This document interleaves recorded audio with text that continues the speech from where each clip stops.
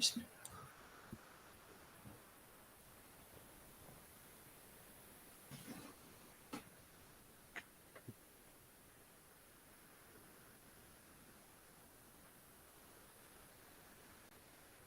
Все, идет трансляция.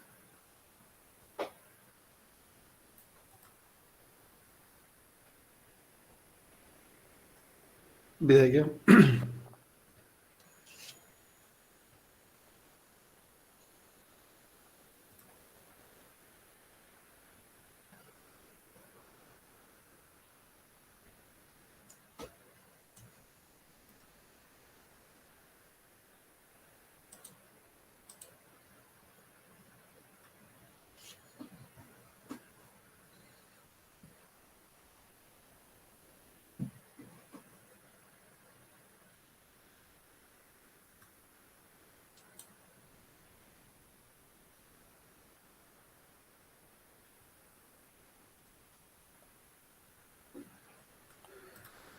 Mesela bizimkiler şikayet ederler ki bəs StreamYard'da səs yoxdur. Nəsə dönənləri var idi ama bu günlər nəsə problem var. Nəsə bir şey olmaz. Eyb yox. Başta inşallah. Ümumiyyətlə səs yoxdur, yoxsa sizin mikrofondan səs gəlmir?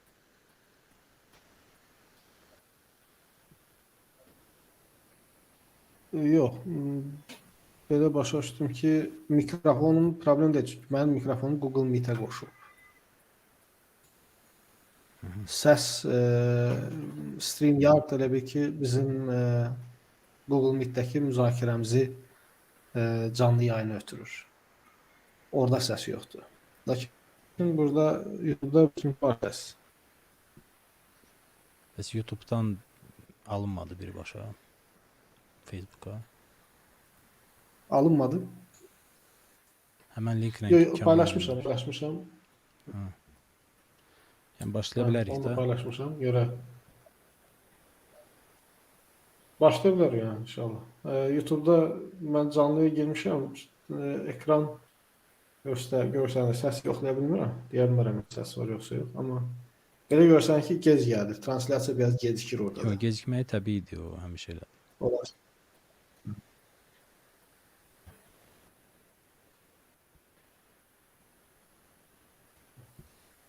Камерон, у тебя как? Нормально все со связью? Да, нормально. Нет, изображение Всё. все это не задерживает, не тормозит? Звук там? Yok. Все нормально. Yok. Ha. Samir bəy, onda bizə Kamran kömək eləyər bu vaxtı ölçmək üçün. Demək hərəvizə 7 dəqiqədə. 7 dəqiqə Qurban bəy təsdiqləsin. Biz dedik ki, yəni maksimum 7 dəqiqə. Yəni vacib deyil ki, mütləq 7 dəqiqə danışsın. Məsələn, tutaq ki, kimsə bir sual verirsə, suala cavab verərkən də 7 dəqiqədən uzun danışmasın. Düzdür, inanmıram kimsə 7 dəqiqədən uzun danışsın bir sual cavabını. Belə bir incəlik. Bəli, bir yox. Ola bilər kimsə 5 dəqiqə danışsın, 3 dəqiqə danışdı. Bəli. Biz birinci növbədə öz mövqeyimizi bəyan edirik də, dəlil bəhsi deyil əvvəlcədən. Yəni biz bu cür danışmışdıq ki, 5 dəqiqə ərzində hər ikimiz öz mövqeyimizi, öz nəyi sübut etmək istəyirik, hansı mövqeyi sübut etmək istəyirik, ondan danışacağıq birinci növbədə. Sonra isə keçəcəyik dəlillərə. Bəli. 5 dəqiqə təqdimə və siz dediniz ki, birinci müqəddiməni siz eləmək istəyirsiniz. Çünki iddia sizin tərəfdədir. Buyurun. Başlaya bilərik Kamran. Yaxşı. Bismillahirrahmanirrahim. Qurban, səndə dəlillərimi gətirməyə mövzuya aid 7 dəqiqə var. Başlaya bilərsən. Yox, 5 dəqiqə müqəddimə, 5 dəqiqə müqəddimə, sonra 7 dəqiqə müqəddimə. Hə, müqəddimə. Yaxşı. Hə. Yaxşı. 5 dəqiqə sənin vaxtın var. Əuzu billahi mineşşeytanirracim. Bismillahirrahmanirrahim. Və bihi nəstəin və huvə xeyru nasirin və mu'in. والصلاة والسلام على سيد الأنبياء والمرسلين وعلى آله الطيبين الطاهرين المعصومين ولعنة الدائمة على أعدائهم أجمعين إلى قيام يوم الدين. Assalamu aleykum və rəhmətullahi və bərəkatuhu. Hamıyı salamlayıram, baxıcıları və iştirakçıları. Birinci növbədə bunu çatdırmaq lazımdır ki, bizim mövqeyimiz Şiələrin mövqeyi imamət bəhsində bizim bu müzakirənin mövzusu barəsində budur ki, biz Allahın sifətlərindən bilirik. Vilayət bəhsini Allahın sifətlərinə aid bilirik. Yəni, bu qayıdır Allahın sifətlərinə. Çünki necə ki, Quran ayələrində müxtəlif Quran ayələrində təkrar olunub, Allah Rəhman və Rəhimdir, Allah Hadidir, Allah Lətifdir. Bu sifətlər bunu tələb edir ki, bəşəriyyəti Allah yer üzündə heç vaxt dəlilsiz, hüccətsiz qoymasın. Necə ki, Peyğəmbər nazil etmək, elçi nazil etmək bəşəriyyətə Allahın sifətlərinə qayıdır, onun Rəhman, Rəhim, Lətif, Hadi sifətlərinə qayıdır. O cürdə imam təyin etmək, hüccət təyin etmək, yer üzündə xəlif təyin etmək Allahın sifətlərinə qayıdır. Və ona görə burada bizim heç bir çarəmiz yoxdur ki, biz deyək ki, bəli, yer üzündə həmişə Allah tərəfindən seçilmiş və təyin olmuş bir insan var ki, Allah tərəfindən hidayət olunur və Allah onun vasitəsilə bəşəriyyəti hidayət edir. Bəşəriyyət onun vasitəsilə hidayət olunur. Müxtəlif yollarla. İndi yollar bizim üçün burada əhəmiyyəti yoxdur. Onun öz incəlikləri var. Ona görə bizim başqa çarəmiz yoxdur. Ya biz deyək ki, Allah hadi deyil, ya biz deyək ki, Allah Rəhman, Rəhim, Lətif deyil. Və ona görə ki, necə ki, əhl-i sünnət qardaşlarımız ona etiqadları var ki, buyururlar ki, bəli, Peyğəmbərdən sonra, yəni Muhammed sallallahu aleyhi və alihi və səlləmdən sonra da artıq bu hidayət sifəti artıq davam tapır. Bu lətif olmaq sifəti Allahın davamı yoxdur. Niyə? Çünki elçiləri göndərdi və peyğəmbərləri göndərdi və axırıncı peyğəmbər də bizim peyğəmbərdir. Ondan sonra tamam. Da artıq heç bir insan yoxdur ki, Allah tərəfindən hidayət olsun, məsum olsun və Allah o insanın vasitəsilə insanları hidayət etsin. Artıq yoxdur. Bəli, biz razıyıq ki, Peyğəmbər, Muhammed Peyğəmbər sallallahu aleyhi və aleyhi axırıncı Peyğəmbərdir. Çünki Peyğəmbərlik bundan ibarətdir ki, Peyğəmbər təzə bir din, təzə bir vəhiy, təzə bir təlim Allah tərəfindən gətirir, təzə bir məarif gətirir. Ona görə biz görürük ki, məsələn, Peyğəmbərdir, məsələn, Musa Peyğəmbər. Ondan sonra başqa bir Peyğəmbər gəlir. Niyə? Çünki təzə bir din gətirir. Məsələn, İsa aleyhissalam. İsa aleyhissalamdan sonra Muhammed Peyğəmbər gəlir. Niyə? Çünki təzə bir din gətirib. Daha da bir mükəmməl bir din gətirib. Bəli, çünki İslam dinindən sonra başqa bir mükəmməl din yoxdur və ola bilməz və bu ən mükəmməl dindir və təzə bir din olmayacaq. Ona görə başqa Muhammed Peyğəmbər sallallahu aleyhi və alihidən sonra başqa bir din olmayacaq. Ona görə də başqa bir elçi olmayacaq, başqa bir peyğəmbər olmayacaq. Amma o demək deyil ki, artıq Allah hadi deyil, hidayət edən deyil. O demək deyil. Xeyr, necə ki, peyğəmbərlərin və elçilərin vasitəsilə Allah bəşəriyyəti hidayət edirdi, Muhammed sallallahu aleyhi və alihidən sonra da yenə bu cür insanlara ehtiyac var ki, məsum olsunlar və bu dini, İslam dini icra etsinlər, təfsir etsinlər, bəyan etsinlər, çatdırsınlar bəşəriyyətə. Bunlara ehtiyac var.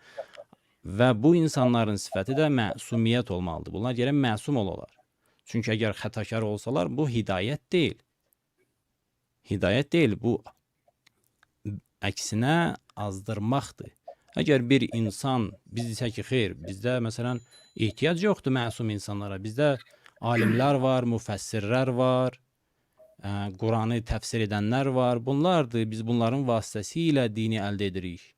Və Allah bunlara görə hadidir, hidayət edəndir. Deyəcək, xeyr, bu yanlış bir fikirdir. Niyə? Qurban. Çünki bütün bu insanlar xətakardır, məsum deyirlər və xətadan da qorunmurlar. Qurban, vaxt qutardı səndə. Samir, müqəddiməyə səndə 5 dəqiqə vaxtın var. Hə, bir dəqiqə hələ başlamayaq. Nəsə bizdə yazırlar ki, mənim səsim eşidilmir. Bir dənə qoy təsdiqləsinlər, səs gəlir yoxsa yox.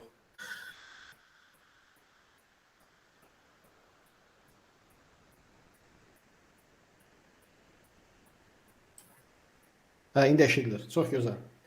İndi eşidilir. Yəni bayaqlar yazırdılar, mən də sizi kəsmək istəmədim səsinizi. Müqəddimə özü elədiniz. Niyə ki danışmırdınız da Samir bəy? Siz danışmırdınız axı, səsiniz eşidilməməli idi. Yox, ondan əvvəl, hələ başlamamışdan əvvəl danışırdım, yazırdılar. Çünki dediyim kimi biraz gec gedir səs. Nəsə, Kənan şey edə bilərsən, müqəddimənin vaxtını baxa bilərsən. Bismillahirrahmanirrahim. Elhamdülillah Rabbil alemin. Və salatu və selamu aləl məbu'uthi rahmeten lil alemin. سيدنا وحبيبنا محمد وعلى آله الطيبين الطاهرين وصحبه الغر الميامين ومن اهتدى بهديه واستنى بسنتهم إلى يوم الدين رب اشرح لي صدري ويسر لي أمري واحلل عقدة من لساني يفقه قولي ثم أما بعد. Biz daha evvel debatı başlamadan evvel Qurban bəylə bir dəfə görüşdük və müzakirə etdik ki, imamət mövzusu dedikdə nəyə qəsd edirik, nə haqqında danışacağıq. Deməli, Qurban bəy bəzi məsələlərə toxundu.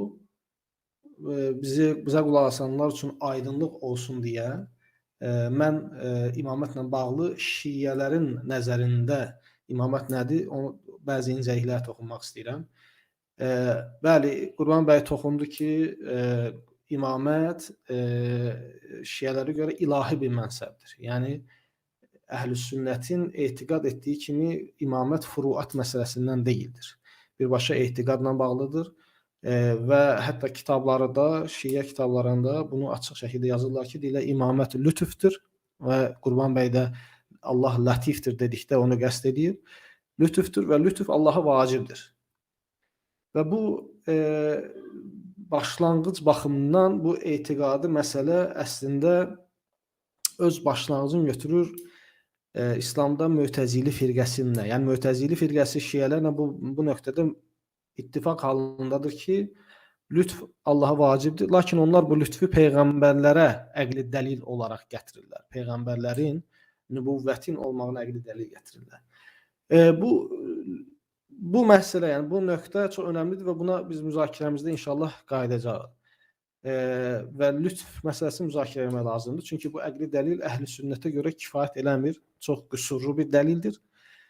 Bunun belə olmadığını sübut eləmək üçün həm əqlən dəlil gətirmək olar, həm də vaqiədən, yəni reallıqdan gətirib göstərmək olar, həm də Quran və sünnətə baxmaq olar. Çünki əgər həqiqətən də belədirsə, əgər həqiqətən də imamların, peyğəmbərdən sonra imamların seçilməsi və ümmətin başında durması əqlən Allahın öz üzərində qoyduğu vacibiyyətdirsə ki, Allahın latif, hədi sifətlərindən qaynaqlanan bir vaciblikdirsə, o zaman biz bunu həm Quranda da, sünnətdə də, həm də vaqiədə görməyimiz lazımdır. Çünki əks təqdirdə bu dəlil qüsurlu olacaq, ziddiyyətə gətirib çıxaracaq. İmamət məsələsi, dediyim kimi, əhl-i sünnətdə sadəcə olaraq furudandır, etiqadla əlaqəsi yoxdur. Lakin şiələrdə imamət məsələsi usulü dindən sayılır qədim alimlərinin ittifaqı ilə. Düzdür, bugün müasir zamanımızda şiə alimlərindən bir hissəsi deyirlər ki, usulü dindən deyil, bu usulü məzhəbdəndir. Hətta Kəmal Əl-Heydər ümumiyyətlə bunu da qəbul eləmir, deyir ki, bu alimlərin ictihadına daxildir. Lakin keçmiş alimləri ittifaq, icma nəql edirlər ki, bu usulü dindəndir.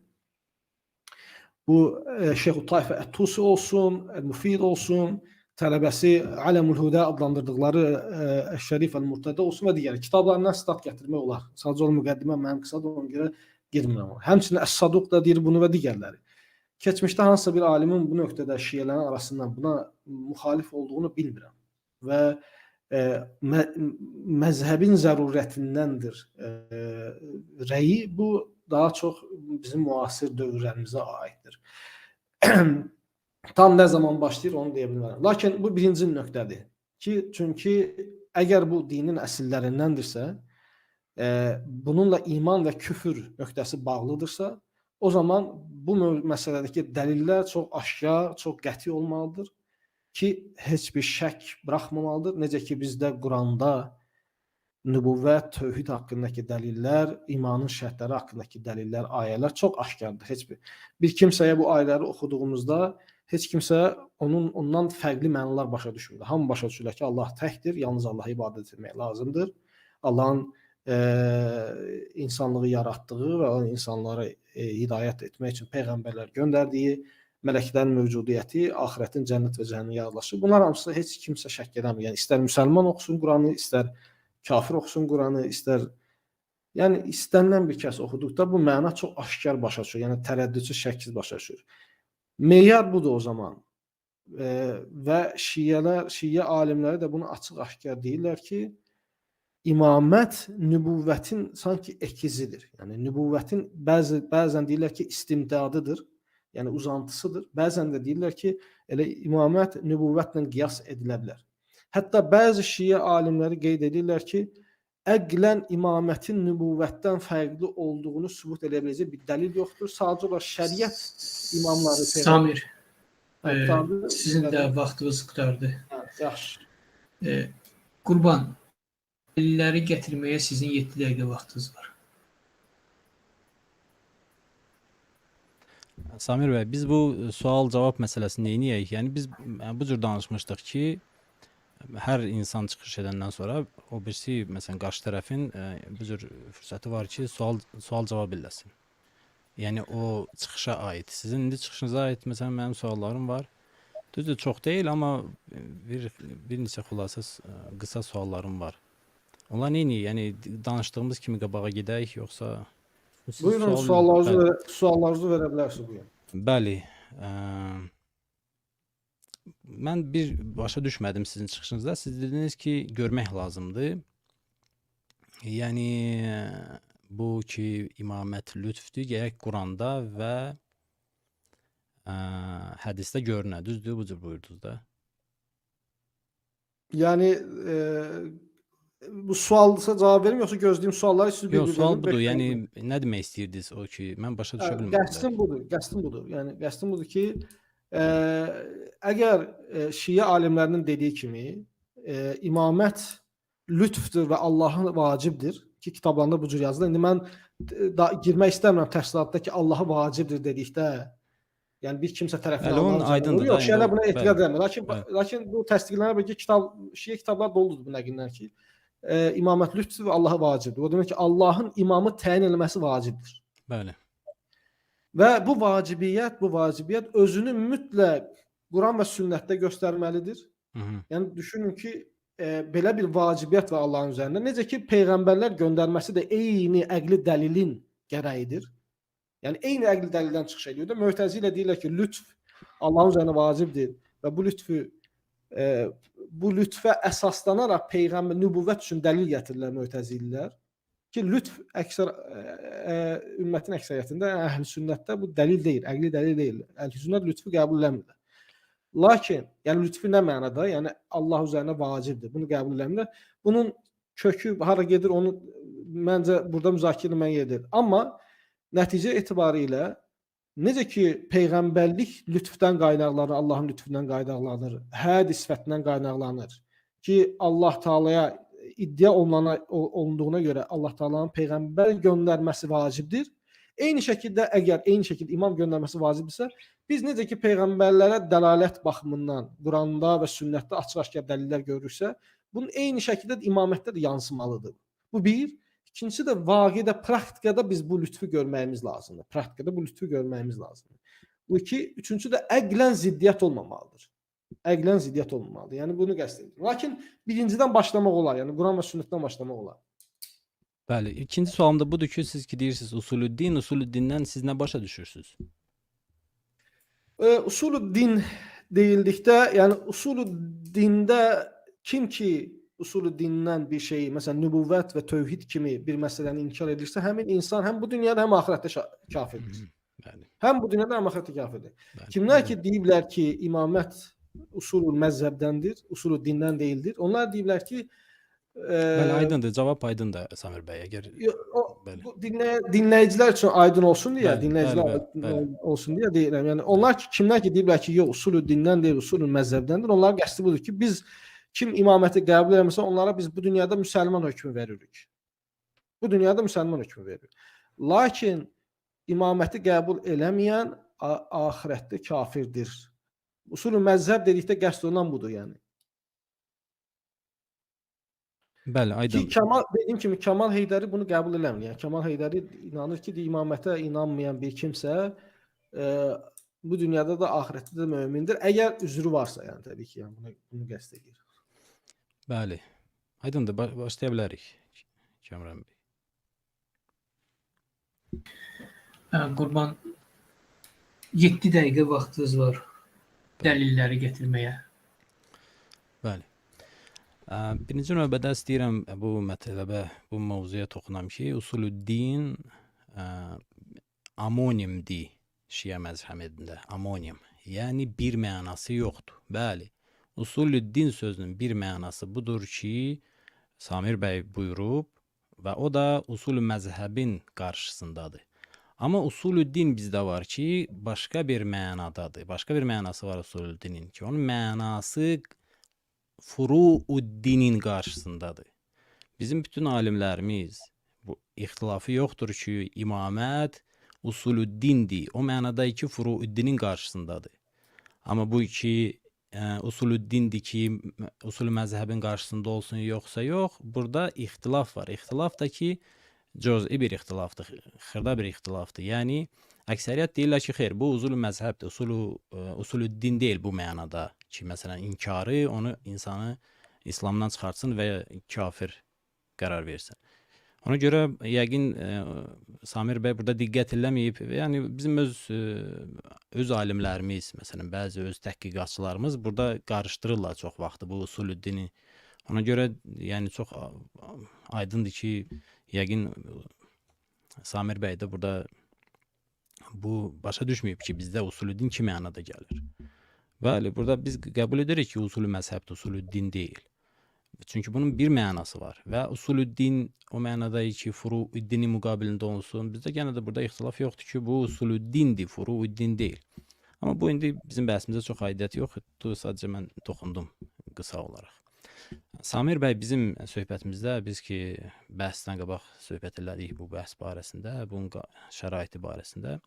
Biz orada danışdıq ki, bizim dəlillərimiz o cür olsun ki, yəni biz çox danışmayaq, yüzlərlə, minlərlə, onlarla dəlil gətirməyək ki, məsələn, cavab verməyi aydın olsun, həm baxıcılar, qulaq asanlar rahat həzm edə bilsinlər bizim bəhsi, həm də ki, qarşı olmasın bəhs. Ona görə mən çox dəlillər gətirməyəcəm. Yəni də, yəni bizim dəlillərimiz çoxdur, həddindən artıq çoxdur. Sadəcə əhl-i sünnət çox vaxtı bu dəlillərə göz bağlayırlar, çox vaxtı məsələn başqa cür xilaf-i zahir, zahirinə xilaf olaraq təfsir edirlər və sair növlərlə bunları kənara qoymaq istəyirlər. Hər halda bizim dəlillərimiz həddindən artıq çoxdur. Yəni imamət bəhsində bu bir dənə məsələdir ki, yəni heç bir məsələdə bəlkə də bu qədər dəlil yoxdur. Yəni çoxdur dəlil, həddindən artıq çoxdur. Ona görə də mən təbii ki, bu dəlillərin hamısına nəinki toxuna bilmərəm, daha qalsın, yəni toxunmayacağam, toxuna da bilmərəm. Və çalışacağam ki, dəlillər az olsun, möhkəm dəlillər olsun ki, onları biz Samir bəylə müzakirəyə qoyaq və araşdıraq bu dəlillərin özlərini. Birinci dəlil əqli dəlildir. Çünki Samir bəy özü təklif etdi. Mən bu əqli dəlili ümumiyyətlə mən Samir bəy təklif edirdi, mən onları qəbul edirdim. Necə ki, özünüz də qulaq asa bilərsiniz, YouTube-da bizim söhbətimiz var. Samir bəy buyurdu ki, əql olmalıdır, subutumuz, dəlilimiz, Quran və mütəvatir hədislər. Bu şərtlərin hamısı Samir bəyin şərtləridir, mənim şərtlərim deyil. Mən sadəcə bunları qəbul etmişəm. Çünki mənim üçün, bizim üçün, şiələr üçün həqiqətdə çox fərqi yoxdur. Biz hər nədən desəniz dəlil gətirəcəyik. Üçün imamət üçün yenə necə ki dedim, dəlillər həddindən artıq çoxdur. Ona görə mənim birinci dəlilim əqli dəlildir. Və o dəlili də mən müqəddimədə zikr elədim. O ki buyurduq ki, lütfdir, hidayətdir imam və hidayət inna aleynə ləl-huda. Allah Quranda buyurur ki, hidayət bizim üçün vacibdir. İndi vacib sözünün öz açıqlaması var təbii ki. Amma özünə vacib buyurub Allah insanlara hidayət etməyi. İmam hidayətgərdir. İmam o kəsdir ki, hidayət edir. İmamət özü hidayətdir. İmamət lütfdür.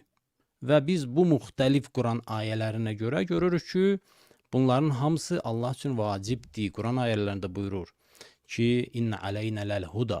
Ki, hidayət bizim üçün vacibdir. Özünə vacib buyurub Allah hidayəti, bəşəriyyətin hidayətini. Ya da ki, başqa ayədə buyurur ki, Allahu lətifun bi ibadihi. Ki, Allah öz bəndələrinə lətifdir. İmamət də lütfdür. İndi bu məsələyə toxunacaq hələ. Bundan əlavə başqa bir ayədə Allah buyurur ki, Əl-yevmə əkməltu ləkum dinəkum və ətməmtu əleykum ni'məti. Ki, mən sizin üçün bugün öz nimətimi tamamladım. Nimətimi tamamladım. Yəni, nimət artıq tamamdır. Yəni, o nimətlərdən ki, mən sizə əta etmişəm, sizə vermişəm, ondan artıq daha nimət ola bilməz. Daha tamamdır. Ətməmtu əleykum ni'məti. Yəni, tamamlamışam mən öz nimətlərimi sizin üçün. Tamamdır. İndi bu 3 dənə məfhumla, 3 dənə məna ilə biz qabağa gedə bilərik. Birincisi hidayətdir. İkincisi lütfdir. Üçüncüsü də ki, nimətdir.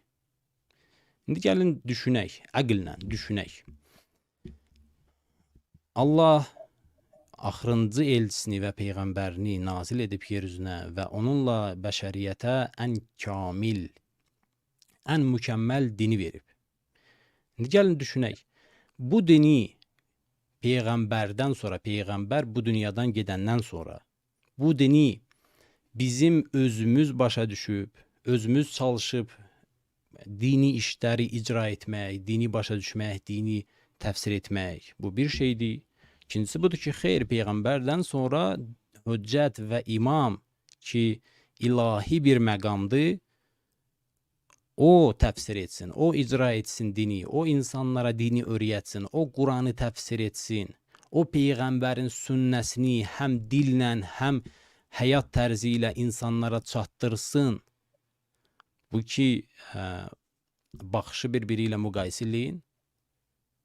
Səncin bir-biri ilə bunları görəcəksiniz ki, təbii, bu çox aydın şəkildə əql başa düşür ki, bu cür insanın vücudu bəşəriyyətin arasında, bu cür ilahi məqamın vücudu nimətdir, hidayətdir və lütfdür. Bu təbiidir. Əql bunu başa düşür. Çox şəffaf və vazih və aydın bunu başa düşür. Bəli. Bəs bunlar vacibdir Allaha. Samir, Buyur. Qurbanın çıxışına görə sual varsa sualınızı verə bilərsiniz. Yox, sual yoxdur. Sualı qısaca mən Qurbanın dediyi bu əqli dəlillə qısa cavab verəcəm. Sonra sualımı verəcəm ki, növbəti dəlildə Qurban şeyləsin. Məhz oraya yönəlsin. Deməli, bu lütf dəlilini biraz əvvəl dedim ki, yəni əql sahibi olan mədrəsələrin, yəni əql sahibi olan mədrəsələr deyəndə məsəl üçün buna iddialıdır filosoflar, iddialıdır Mötəzilə, iddialıdır mütəkəllimlər. Şiələrin də mütəkəllimləri buna iddialıdır. Bu tayfaların içərisində bir dənə bu əqli dəlili başa düşən Əl-İmamiyyə şiələri oldu. Nə Mötəzilə bunu qəbul eləyir ki, lütf sifətindən zəruri olaraq imamın gəlməsi vacibdir. Nə Mötəzilə başa düşür, nə filosoflar başa düşürlər, nə də cümhurun mütəkəllimləri başa düşürlər. Və səbəb də çox aydındır. Səbəb olmağı nədir? Birincisi, dediyim kimi, biraz əvvəl dedim ki, əqli dəlil elə olmalıdır ki, ziddiyyəti gətirib çıxartmamalıdır və praktikada bu özünü göstərməlidir. Birincisi, Quran və sünnətdə bunun açıq heç bir dəlili yoxdur. Samir bəy, Necə? Samir bəy, sizin əgər qurbanın çıxışına görə sualınız varsa, siz sualınızı verə bilərsiniz. Amma bu öz rəddiyyəvizi siz 7 dəqiqə sizə verilən vaxtda siz elə bil ki, verməlisiniz. Mən elə 7 dəqiqəni ümid edirəm ki, başlamısan, yəni 5 dəqiqə. Yox, siz demədiniz axı bir şey başla. Mən elə bilirəm siz sual vermək istəyirsiniz ona. Əgər başlayırsınızsa, başlayın. Qeyd elədim, sualı axırda verəcəm dedim yəni. Yaxşı, başlayın. Bir daha təkrarlayıram. Deməli, belə deyək, əqli dəlil. Dediyim kimi, əqli sahibi sayıla biləcək mədrəsədən heç biri bunu qəbul eləməyiblər. Nə üçün? Çünki bu əqli dəlil elə bir əqli dəlil olmalıdır ki, bu həm ziddiyyəti gətirməsin, həm açıq-aşkar Quranda, sünnətdə öz əksini tapmalıdır, həm də praktikada bu özünü göstərməlidir. Ziddiyyəti gətirməsi nədir? Bu əqli dəlilin məntiqi uzantısı əgər bu cür götürsək, o zaman belə çıxır ki, Allah Taala'nın həmçinin fasiqləri fiskə gətirən, cəlb eləyən səbəblərdən uzaqlaşdırması lazımdır. Ki, halbuki biz görürük ki, ibtilanın tələbi olaraq, əksinə Allah Taala fiskə götürən səbəbləri yaxınlaşdırır və mömin qullarını da əksinə sınaqdan keçirir dünyadan. Bu belə bir lütfü bu şəkildə anlama bundan ziddiyyəti gətirib çıxardır. Allah Taala'nın öz üzərinə hidayət əmrini, yəni hidayət etməyi vacib buyurması, bu biz zaten bunu qəbul edəcəyik, inkar eləmir. Allah Taala buyurur ki, Əlif Lam Mim zəlikəl kitabu la raybe fi hudan lil muttaqin. Yəni bizə Allah Taala göndərdiyi Quran hidayətdir. Peyğəmbəri hidayətdir. Yəni hidayəti Allah Taala göndərib və heç kimsə deyəməz ki, Allah Taala hidayəti göndərməyib.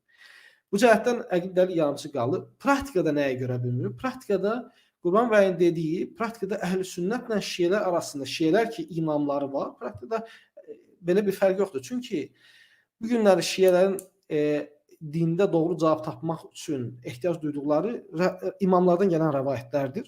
Və bu rəvayətlər əhl-i sünnətdə Peyğəmbərimizdən və sahabələrdən gələn rəvayətlərdən fərqlənmir. Nə mənada? Yəni, çünki ziddiyyətlər var, mütləq taarud içərisində qaydalara müraciət edənməlidirlər. Buna görə də öz alimləri öz arasında ixtilaf edirlər. Hətta Ət-Tusi Təhzib kitabının müqəddiməsində etiraf edir ki, ixtilaf o qədər şiddətlidir ki, yəni bu ixtilaf o qədər şeylərdə şiddətlidir ki, hətta cümhurdan, ammədən, yəni əhl-i sünnətdən daha çox şiddətli ixtilafa düşdükləri üçün bir çox şiə alimləri buna görə təşəyyün tərk ediblər, təsənnün yolunu seçiblər və Ət-Tusi qarşısına məqsəd qoyur ki, Təhzib kitabda nə edəcək? Bu çalışacaq, bu ixtilafa aydınlıq gətirəcək. Lakin o vaxtdan Ət-Tusi o cəhdi edib, indiyə qədər hələ də o ixtilaf aradan qalxmayıb. Əksinə elə şiələrdəki ixtilaf bir çox məsələdə əhl-i sünnətdən daha şiddətlidir. Bunu yəni statlarla gətirib şiə alimlərinin öz etirafı ilə təqdim eləmək olar. Yəni praktikada biz bu imamların rolunu görə bilmirik. Qısaca bir məsələyə toxunacağam. Deməli, usul-i-din, usul məzhəbi Qurban bəy qeyd elədi. Qısa bir şərh. Bu məsələni çox oxumuşam şiə alimlər içərisində və çox gözəl başa düşürəm ki, usul-i məzhəb nəyi deyəndə qəsd edin nədir? Dediyim kimi, bu dünyada bəli, usul-i məzhəb saydılar üçün bu dünyada imaməti qəbul eləməyəni verirlər. Lakin axirət məsələsini qəçək edirlər ki, imaməti qəbul eləməyən kafirdir və əbədi cəhənnəmlikdir və bunu da statlarla gətirmək olar. Məsələn, Əş-Şəhid Əs-Səni kimi tanınan və mühaqqiq alimlərdən sayılan və mütəkəllimlərdən sayılan, yəni sadəcə olaraq fəqih deyil, mütəkəllimlərdən sayılan şiə alimi Haqq-ül İman kitabında bu məsələ toxunur və deyir ki, bəs necə olur ki, imaməti inkar edənə deyir, biz İslam hökmü veririk. Qeyd edirik, biz sadəcə bu dünyada müsəlman hökmü veririk. Lakin axirətdə həmin adam kafirdir. Nəsə, bu qısaca sualı dediyim kimi sualı gətirib çıxartmaq istəyirəm. Neçə dəqiqə var Kamran? Kamran, neçə dəqiqə qaldı? Bəli, 3 dəqiqə yarım sizin vaxtınız var. Deməli, dediyim kimi bu əqli dəlil, birincisi tam olmalıdır. Yəni qeyd etdiyim kimi ziddiyyətə gətirib çıxartmamalıdır. İkincisi praktikada özünü göstərməlidir. Üçüncüsü də dediyim kimi biz bu əqli dəlili, yəni lütf həm də peyğəmbərlər üçün əqli dəlil olaraq gətirilib. Lütf yəni təkcə imamlar üçün yox, həm də peyğəmbərlər üçün əqli dəlil olaraq gətirilir. Və biz bu əqli dəlilin əksini Quranda və sünnətdə görürük. Yəni peyğəmbərliyə dəlalət edən, nübüvvətə dəlalət edən ayələr açıq, aşkar, hədislər nə qədər istəsən. Lakin imamətdə bunu görə bilmirik. Yəni bu təbii olaraq belə bir sual ortaya çıxır ki, nə üçün əgər Allah Taala hə dedirsə və Quranda bizə nübüvvət mənsəbinə yönəldirsə, kifayət qədər açıq-aşkar qəti dəlillər göstərirsə, nə üçün bizə açıq-aşkar şəkildə Quran-Kərimdə göstərmir ki, peyğəmbərdən sonra imamət institutu olacaq, imamət nəzəriyyəsi var, imamət məqamı var ki, müsəlmanların bu imamətə iman gətirməkləri, itaət etməkləri vacibdir. Qurban bəy deyir ki, bəs Quranda ayələr var ki, zahirdir, əhl-sünnət onu təvil edirlər. Mən əslində belə deyərdim, tövhid haqqında, nübüvvət haqqında Quranda nas var. Nas. Yəni nas o deməkdir ki, yəni yalnız bir mənası var. Başqa məna yoxdur onun. Yalnız bir məna başa düşülür. Nas. Usul-u fiqhdəki mənası budur. Həm də Muhammed Baqir Əs-Sadir'in Durus fi Usul-u fiqh kitabında da eyni şeyi təsdiq edir. Yəni bizdə bu məsələdə ixtilaf yoxdur. Nas mustalah olaraq o şeydir ki, ondan yalnız bir məna başa düşülür. Biz istəyərdik birinci növbədə nas görək. Əgər nas yoxsa heç olmasa zahir. Yaxşı, heç olmasa zahir. Yəni zahir o deməkdir ki, belə deyək, insan oxuduqda ilk ağlına gələn məna odur, lakin möhtəməl, ehtimal olan digər mənalar da ola bilər yəni o ayədən. Yəni Qurban bəyin qəsd etdiyi zahir bəyəxlər odur. Çünki əhl-sünnət nassı təvil edə bilməz. Əhl-sünnət nassı təvil edə bilməz. Nassı yəni inkar edə bilərsən sən. Çünki nasdan yalnız bir məna başa düşülür.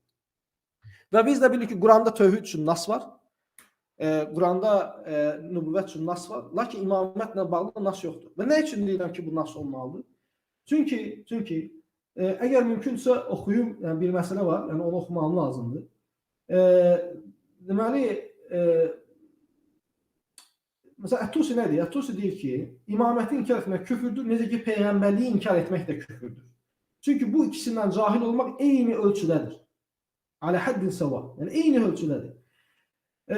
Deməli, yəni bu cür çox misal gətirmək olar ki, orada alimlər deyirlər ki, yəni imaməti inkar ilə peyğəmbərliyi inkar etmək eyni şey. Yəni peyğəmbərliklə eyniləşdirirlər. Ona görə də mütləq biz nə görməliyik? Bunun əksini Quranda görməliyik. Bu imamət əgər peyğəmbərliklə eyni bir dərəcədə bir məqamdırsa, yəni ən azından mən də girmək istəmirəm imamət peyğəmbərlikdən üstün məqamdır yoxsa götürək eyni dərəcədə. Bunu bir Quranda əgər Allah da hə dedirsə, yəni bu mənada da, yəni bu şeylə anladığı mənada hə dedirsə, ən əsas hidayət kitabında bu hidayət öz əksini göstərməlidir. Necə ki, nübüvvət hidayətini biz görürük, nübüvvət. Keçmiş peyğəmbərlərə də imanı Allah təala vacib buyurur. Lakin keçmiş imamlar, yəni çünki şiələrə görə hər zaman imamın olması şərtdir. Keçmiş ümmətlərdən hansı imamlar olub, o imamlara iman gətirmək heç bir şey yoxdur. Nə də peyğəmbərdən sonra. Peyğəmbərimizin son peyğəmbər olması üzərində nöqtə olub. Amma sonra onun davamında imam gəlməsi haqqında heç bir şey deyilmir. Yəni buyur Qurban bəy. 7 dəqiqə bitdi. Qurban, sual var sizdə.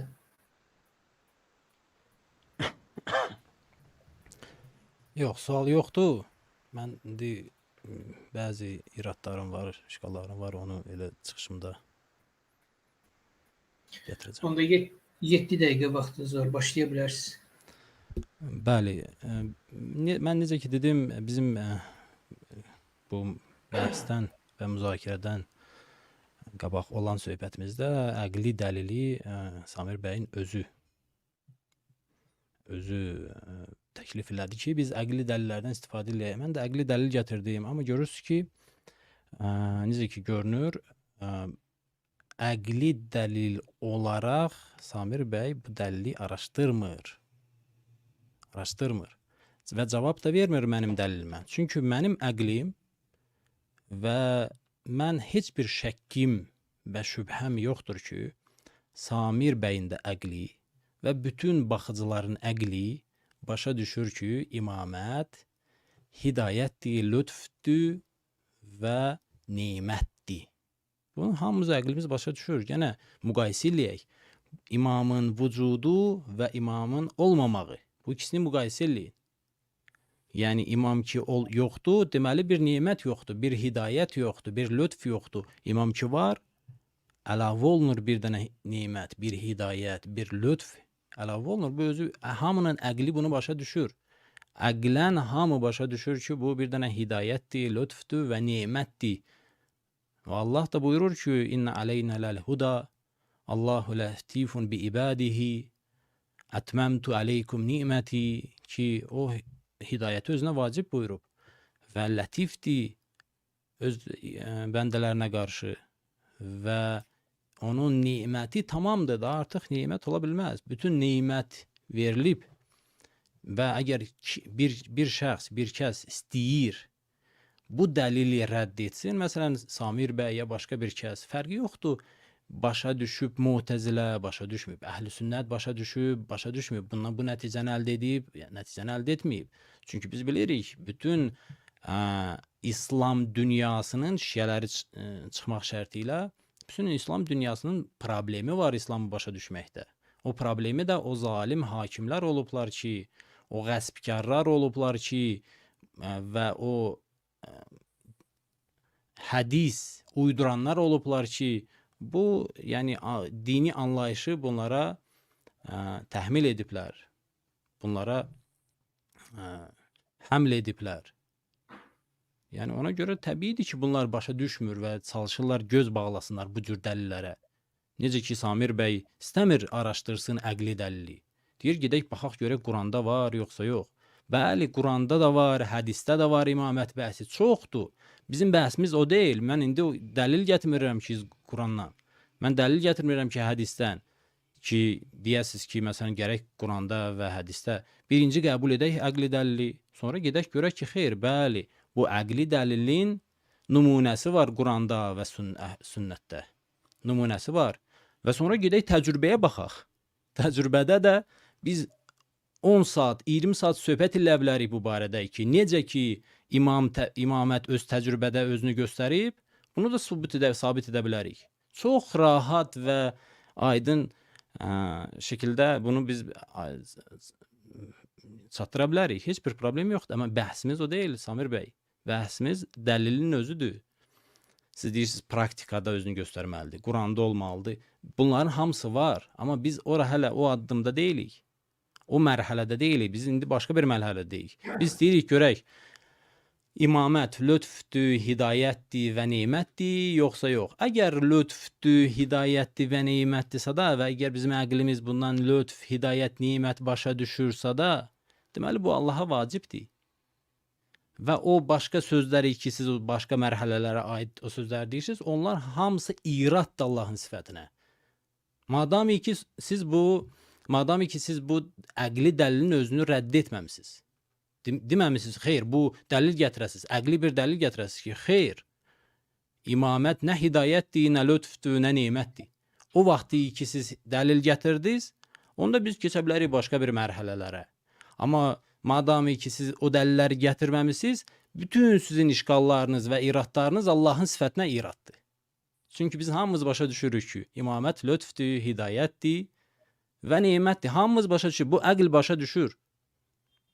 Bəs deməli, siz ki, inkar edirsiniz bu neməti, deyirsiniz ki, Allah xeyr, lətif deyil, Allah xeyr, hadi deyil, Allah xeyr, nemətini tamamlamayıb. Sizin dəlilləriniz hamısı bu deməkdir. Bu deməkdir ki, xeyr tamamlamayıb nemətlərini, xeyr hidayət deyil, xeyr lütf deyil, lətif deyil, üzr istəyirəm. Allah lətif deyil, hadi deyil, hidayət edən deyil. Nemətini də tamamlamayıb. Niyə? Çünki biz hamımız, hər bir insan başa düşür ki, xeyr, imamət hidayətdir. O cür ki, şiələr imaməti başa düşüblər. O hidayətdir, lütfdür və nemətdir. Burada heç şək şübhə ola bilməz. Məgərin ki, bir insan biraz, yəni, əqli yerində olmasın. Hər aqil bir insan, hər insan ki, əqli yerindədir, başa düşür ki, ilahi bir məqamın ki, məsumdur, xətasızdır və dini kamil bilir, dini kamil icra edir və öz həyat tərzi ilə, öz sözləri ilə, öz hərəkətləri ilə, öz sukutları ilə, sakit olmaqları ilə dini çatdırır. Biz başa düşürük ki, bu cür məqam hidayətdir, lütfdür və nemətdir. Və başqa cür ola bilməz. Amma buna əqli dəlil lazımdır ki, bir gələ deyə, xeyr, ağa, bu cür deyil. Yəni, bu nə nemətdir, nə lütfdür, nə hidayətdir. Amma bizim bu cür dəlillə qarşılaşmırıq. Samir bəy gedir başqa gələcək addımlara ki, baxaq görək, həqiqətən bunun nümunəsi var Quranda və sünnətdə. Və sonra da bəhsin axırında da keçə bilərik praktiki məsələlərə. Praktiki məsələlərə keçə bilərik. Görək, bunun əslən təsiri olub. Bu imam əslən İslam tarixində müsbət bir təsir qoyub, yoxsa yox? Əslən, bu günü, indiki gündə imamın bir rolu var, yoxsa yox? İmam bir rol oynayır İslam cəmiyyətində, yoxsa yox? Görək, fərqi, baxaq, araşdıraq. Mən hazıram, amma bəhsin axırında. Niyə? Çünki biz bu hal-hazırda Samir bəy, dəlilimiz əqlidir və cavabı da gərək əqli ola. O ki, məsələn, Quranda yoxdur, ya hədisdə yoxdur, yenə sizin o səhv anlayışınız ki, Quranda imamət yoxdur, hədisdə yoxdur. Biz hələ onu istəyirik araşdıraq gələcəkdə. Hal-hazırda mən ona görə bir dənə sualım var. Gəlin mənim necə ki mən sualı aydınlaşdıracağım da. Qurban, vaxt qutardı. Üçün Samir bəy biraz məndən çox çıxış elədi. Əgər icazə versəniz mən sualımı tamamlayam. Çıxış eləməyəcəm, daha söhbət eləməyəcəm. Bir dənə sualım var. Mən çox çıxış eləmədim. Mən təkrarladım yəni sözümü. Təzə bir şey demədim yəni. Bilirəm, yenə vaxt çox idi da. Təkrar da tam təkrar deyil idi. Əgər icazə versəniz bu sualı mən tamamlayım axıra kimi. Verin, Qurban bəy, sual. Bəli, bir dənə sual, başqa çıxışım yoxdur. Yəni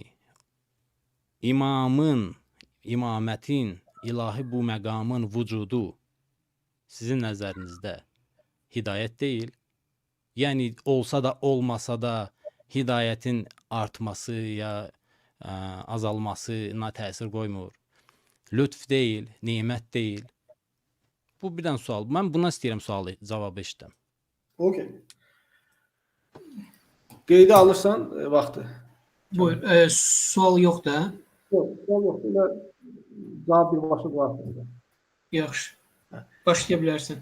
Birincisi, Qurban bəy, mən əqli dəlillə cavab verdim. Ola bilsin ki, siz başa düşmədiniz. Qeyd dedim ki, əksər əqli sahibləri qəbul eləmirlər. Çünki açıq-aşkar səbəbi də bundadır ki, birincisi, bu lütfün hər hansı bir tərifi yoxdur. Əgər lütf Allaha, yəni kiməsə hidayət eləmək, bəndələrə hidayət eləmək Allaha vacibdirsə, o zaman eyni zamanda, yəni əqli dəlillər də bu.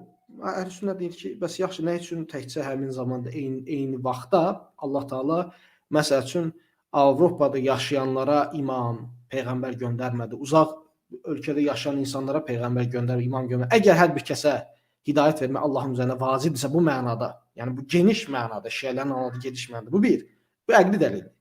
Ona görə də ki, reallıqda belə bir şey görmədiyimiz üçün, eyni şey görmədiyimiz üçün, yəni onlara necə ki qəti konkret cavab verəcək, məsum olan, xəta etməyən imamların olması əgər Allah tərəfindən bir lütfün gərəyidirsə, eyni şey təkcə ərəblərə yox, digər qövmlərə olmadı. Bu bir. İkincisi, eyni şey ümmətin içərisində də fasiqləri də o zaman masiyyətə dəvət edən səbəblərdən uzaqlaşdırmaq mütləq olmalıdır. Lakin biz bilirik ki, belə deyildir, reallığa ziddir. Üçüncüsü dedim ki, Allah Taala'nın bu ibtila etmək, Quranda bir çox yerdə ibtila etmək, yəni yaradılışın məqsədini insanları görsün hansınız əməl cəhətdən daha yaxşı falan.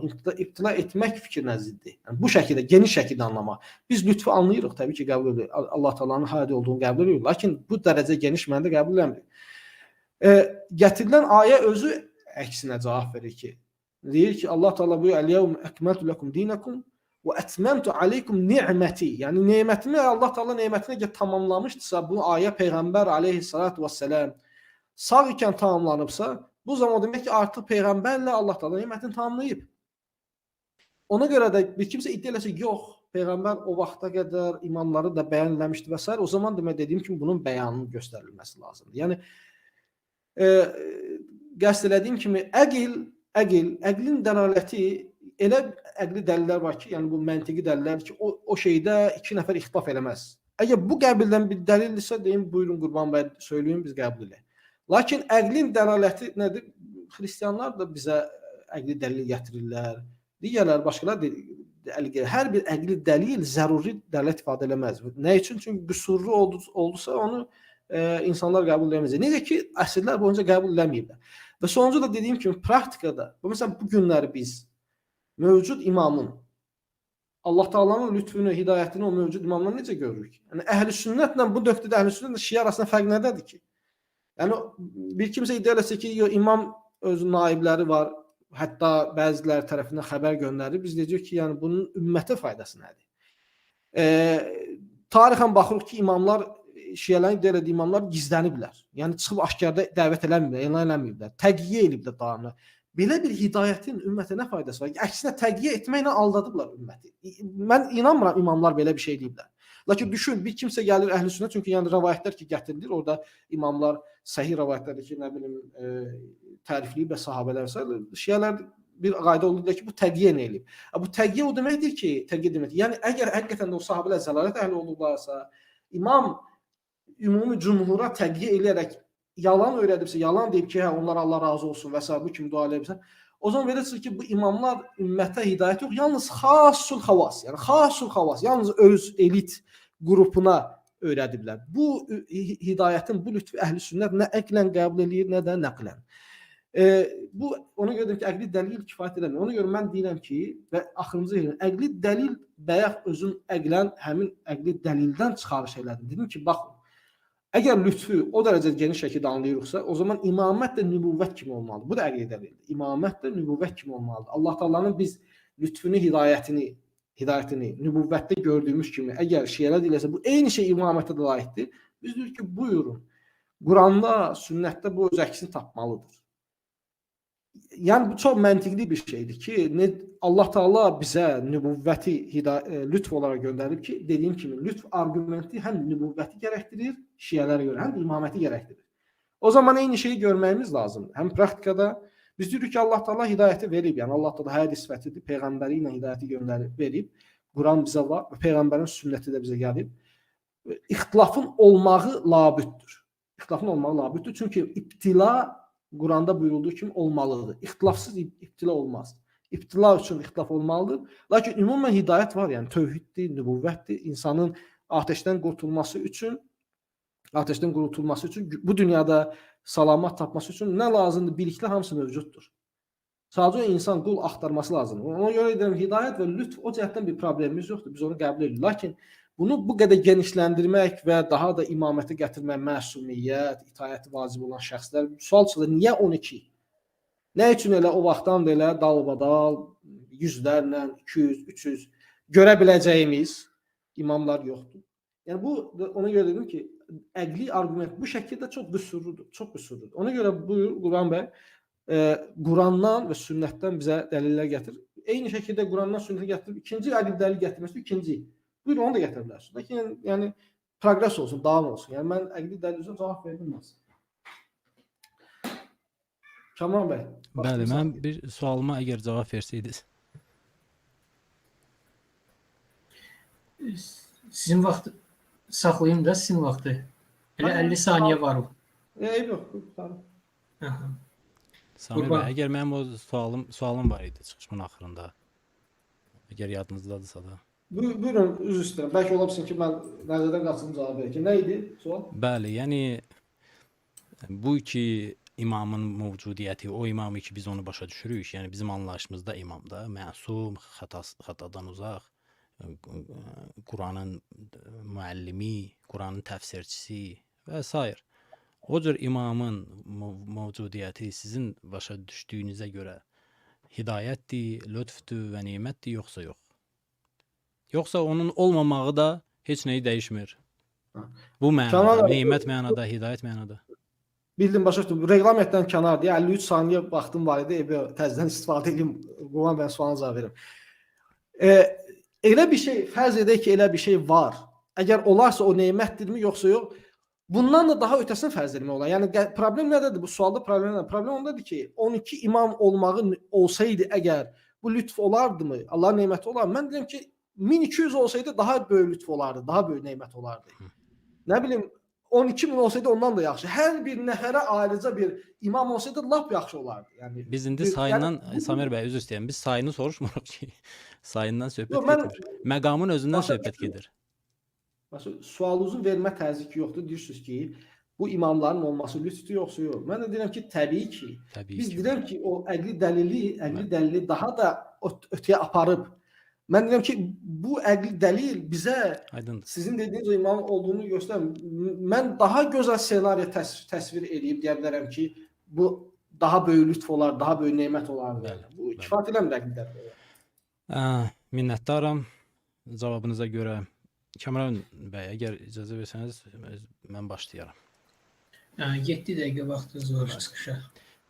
Ə, Çox maraqlı düşüncələrlə qarşılaşırıq. Samir bəyin bəyanında çox maraqlıdır. Deyir ki, mən daha da gözəl bir ssenari, yəni irad tutur Samir bəy əslində Allahın sifətlərinə və tamam dəlilləri ona aiddir. Yəni mən həqiqəti deyirəm, həqiqəti bəyan edirəm ki, o ki deyir ki, bəs əgər bu cür başa düşsək lütfü, hidayəti və neməti, gərək neyək? Deyək ki, bəs Avropalılara da peyğəmbər nazil etməyi vacib idi. Bu yəni nə? Yəni deyir ki, bu da nemətdir da, özü bir dənə hidayətdir, özü bir dənə lütfdür. Bəs Allah bu işi görməyib, bəs iraddır Allahın sifətinə. Lətif deyil, Rəhman, Rəhim, Hadi, Naim. Xeyr. Nimət verən deyil. Yəni bunlar hamısı iraddır ora. Yəni mən ki irad eləyirəm Samir bəyə, deyirəm ki sənin anlayışınla, sən o cür ki sən anlayırsan, o cür ki sən başa düşmüsən İslam dinini, sən həqiqətdə irad tutursan Allahın bu Qurandakı qəbul olunmuş sifətlərinə. Samir bəy nə cavab verir? Samir bəy bunu cavab verir ki, bəs mənim daha da geniş iradım var. Yəni bunu deyir əslində. Samir bəy qəbul etdiyi sualın cavabında buyurdu ki, bəli, bu təbii ki nemətdir. Amma mənim böyük daha da gözəl ssenariyim ola bilər. Amma indi həqiqətdə daha da gözəl ssenari ola bilər, yoxsa yox, bu başqa məsələdir və mən yəqinim var ki, heç şəkkim yoxdur ki, başqa bir daha da gözəl hidayət nəzərindən, nemət nəzərindən, lütf nəzərindən başqa ssenari ola bilməz Samir bəyin. Və o ki deyir, ola bilər, o səhvdir. Səhvi də nədən ibarətdir? Baxın, Samir bəy buyurur ki, Avropalılara peyğəmbər göndərilməyib. Əvvələn bu iraddır sifətə. Deməli, sənin əqidən səhv bir əqidədir. Deməli, sənin əqidən o ki deyirsən ki, Avropalılara peyğəmbər göndərilməyib, bu batil bir əqidədir. Niyə? Çünki Allahın sifətlərinə ziddir. Allahın musəlləm, Quranda gəlmiş sifətlərinə ziddir ki, lətifdir, hadidir və nemət verəndir. Bunlara ziddir. Çünki və ona görə də batildir. Bəs gərək gedəsən o əqidəni düzəldəsən əvvələn. Gedək birinci növbədə o əqidəni neynəyəsən? Səhih bir əqidəyə çevirəsən. Xeyr ola Avropalılara peyğəmbər göndərilməyib. Məgər biz bütün peyğəmbərlərin adını bilirik, məkanını bilirik, kimə gəliblər, 124 min peyğəmbəri bilirik, kimə gəliblər, kimə nazil olublar, kimə nazil olmayıb. Məgər bunları bilirik. Xeyr. Qərar deyil, əsən lazım deyil, bilək. Biz Allahın sifətini bilirik ki, bütün insanlara peyğəmbər göndərib. Müxtəlif yollarla. Məsələn, Quranda buyurur ki, kafətən linnas, rəhmətən lil aləmin. Peyğəmbər haqqında buyurur, rəhmətən lil aləmin. Ki biz bütün aləmlər üçün, nəinki bütün insanlar üçün, bütün aləmlər üçün rəhmət göndərilib peyğəmbər. Muhammed peyğəmbər sallallahu aleyhi və aleyh. Bütün insanlar üçün kafətən linnas ləfsiyəx. Yəni, üzr istəyirəm. Keçdim başqa şəbəkəyə. Yəni, bütün insanlar üçün nazil olub bu din. Bütün insanlar, o cümlədən də Avropalılar, Afrikalılar və hamısına da bu din çatıb. Hamısına da çatıb bu din. Ondan əlavə də ki, keçmiş peyğəmbərlər kim deyir ki, məsələn, Amerikada Kolumbdan əvvəl peyğəmbər olmayıb. Bunu kimsə iddia edə bilər. Deyə bilər ki, 100% olmayıb orada peyğəmbər. Ya məsələn, başqa bir dünyanın başqa bir hissəsində peyğəmbər olmayıb. Bunu iddia edə bilər. Xeyr, bunlar hamısı iraddır Allahın sifətlərinə. Və ona görə də, yəni həqiqətdə Samir bəy, tamam ehtiramla və hörmətlə deyirəm sizə ki, mən sizdən cavab eşitmədim. Yəni, əqli dəlil, siz özünüz təsdiqlədiniz mənim əqli dəlilimi. Yəni, mən bu cür görürəm və bu cür etiqadım var ki, siz mənim əqli dəlilimi təsdiqlədiniz. Amma çün sizin əqidəniz müxalifdir bu dəlillə, bu dəlilin müfadınla müxalifdir sizin əqidəniz, yəni hazır deyilsiniz, rahat təslim olasınız. Mən yenə deyirəm, o başqa deyirsiniz ki, gərək praktikada görək, gərək məsələn Quranda və hədisdə bunun nümunələrini görək. Yenə deyirəm, biz gələcəkdə inşallah bunları araşdıracağıq. Heç bir problem yoxdur bu cəhətdən. Amma hal-hazırda bəhsimiz o deyil. Bəhsimiz dəlilin əqli, dəlilin özüdür. Və biz də görürük ki, mənim hədəfim hal-hazırda budur ki, bu əqli dəlili biz başa düşək, aydınlaşdıraq özümüz üçün. Və ona görə də mən belə başa düşürəm ki, biz burada artıq bəhsi bağlamalıyıq. Çünki sizin cavabınız yoxdur, mən bu cür görürəm. Və əksinə siz təsdiqləyirsiniz, bəli deyirsiniz, bu imamlar nemətdir, hidayətdir və lütfdür. Və çün mütəqidsiniz, etiqadınız var ki, bu sifətlər Allahda var ki, hadidir və nimətini tamamlayıb və lətifdir. Ona görə bizim heç bir nəticə çox aydın və şəffafdır, aydındır nəticə. Ki, bəs heç bunlar gərək imam ola, Allaha vacibdir. O ki, buyururuz ki, Peyğəmbərin zamanında bu ayə nazil olub, özünüz cavabınızı verdiniz. O demək deyil ki, Allah dinin bir etiqadlarından, dini təlimlərindən, dini dəyərlərindən birini qərar verib imaməti və bu kifayət edir ki, nemət tamamlansın. Özü üçün vacib edib ki, bu imamları qərar versin Peyğəmbərdən sonra. Amma sayı 12 olsun, 20 olsun, 30 olsun. Əvvələn siz bunun hikmətini bilmirsiniz. Ki, nə də başqa bir insanlar bilmir hikməti, tam hikmətini Allahın ki, məsələn, niyə sayı 12-dir? Fərqi yoxdur. Bu insanlar, bu 12 şəxs Peyğəmbərdən sonra qiyamət gününə var. Amma məsələn, bir nəfər 1000 il, 2000, 3 il, 3000 il yaşayacaq. Yoxsa o bir nəfərin əvəzinə bu 2000, 3000, məsələn, ya 1000 ilin ərzində 20, 100, 30, məsələn, 300 nəfər yaşayacaq. Bunlar artıq bəhsə aidiyyəti yoxdur, fərqi yoxdur. Kim deyir ki, 1000 nəfər olsa daha da, məsələn, şey olacaq, daha da nemət tamamdır. Xeyr, mən deyirəm ki, 2 imam bir zamanda olsa, bu əslən nemətə ziddir, hidayətə ziddir.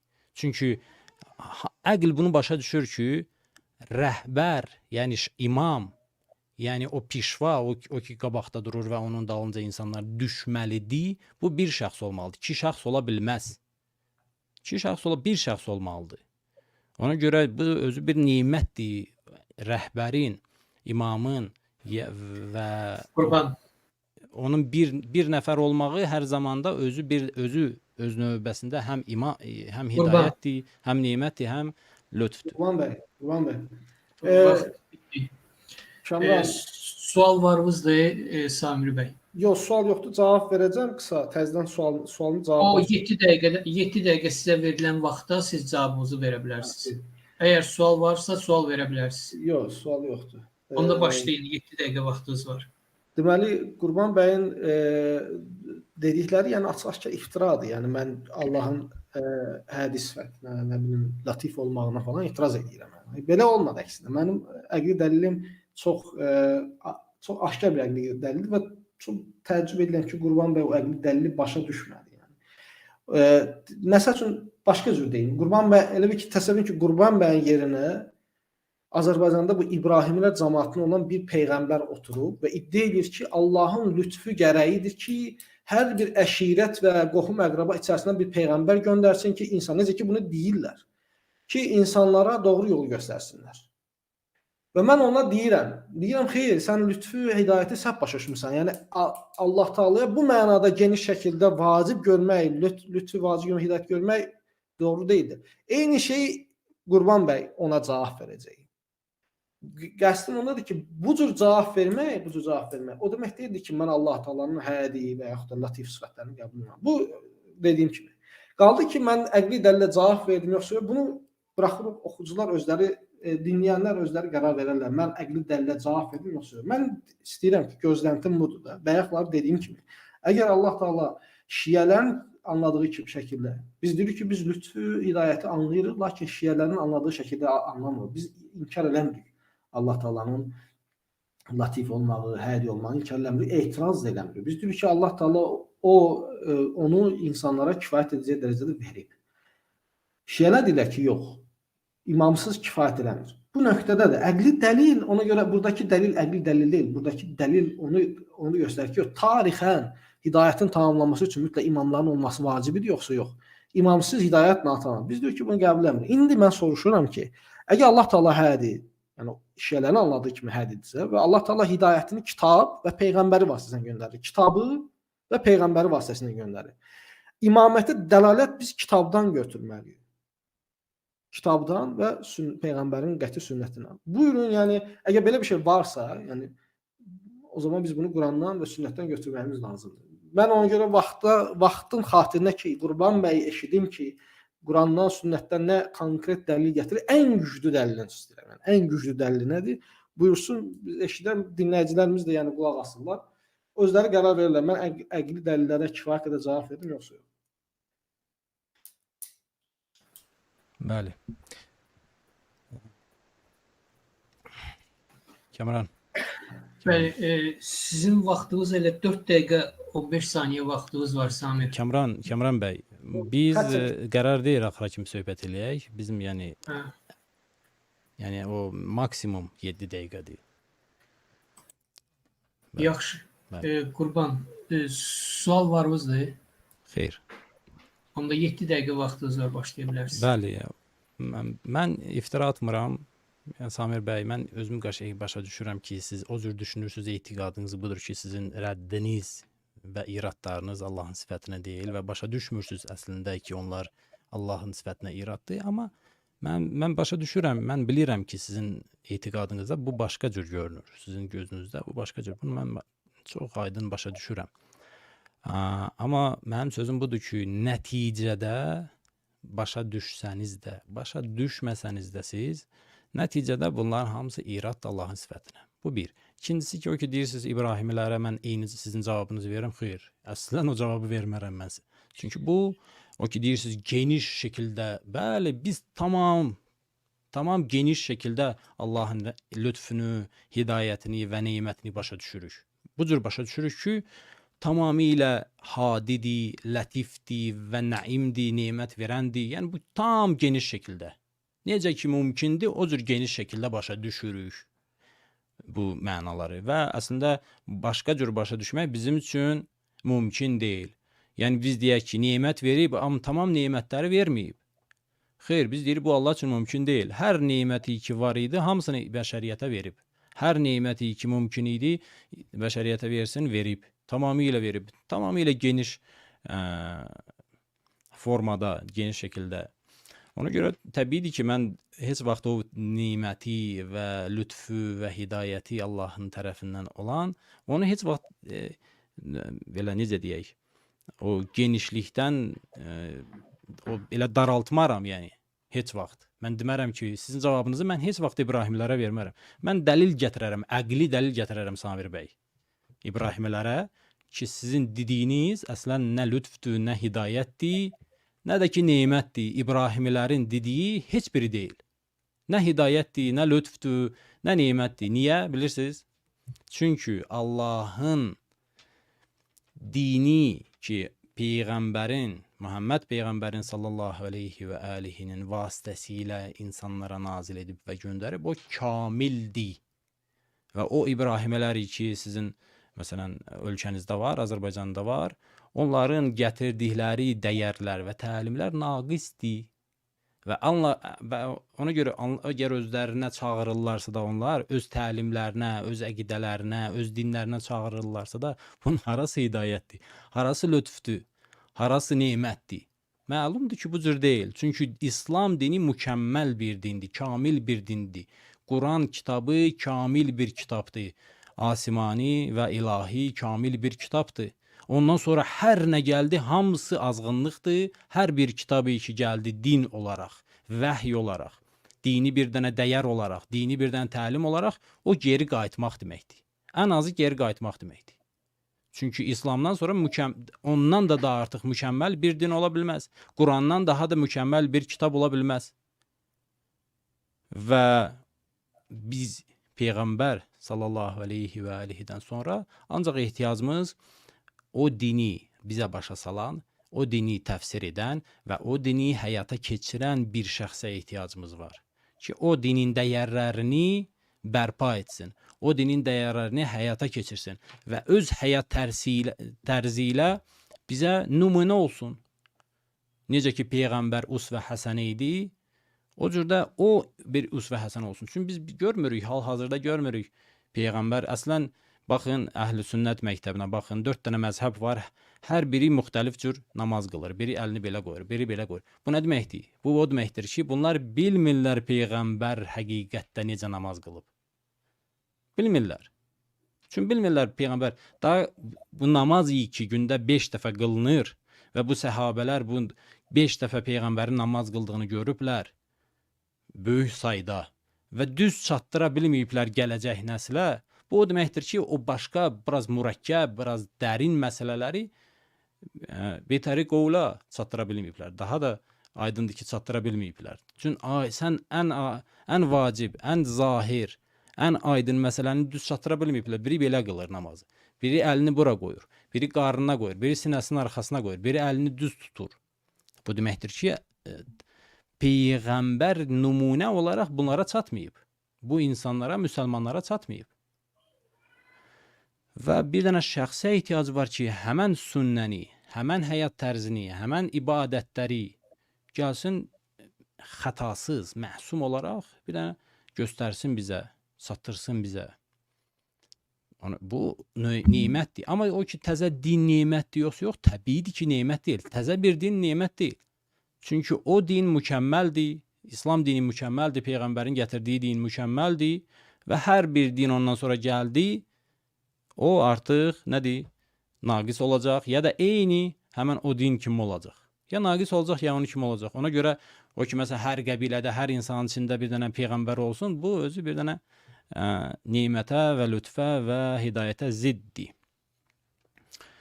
Bu cavab. Amma qaydaq Quranda və sünnədə mən Samir bəy, əgər cəzəsi Kəmran qardaş, əgər dayandırsaydın vaxtı, mən bir dənə sualı aydınlaşdırardım Samir bəylə və sonra indi onun əsasında ya davam edərik, ya başqa bir qərara gələrik.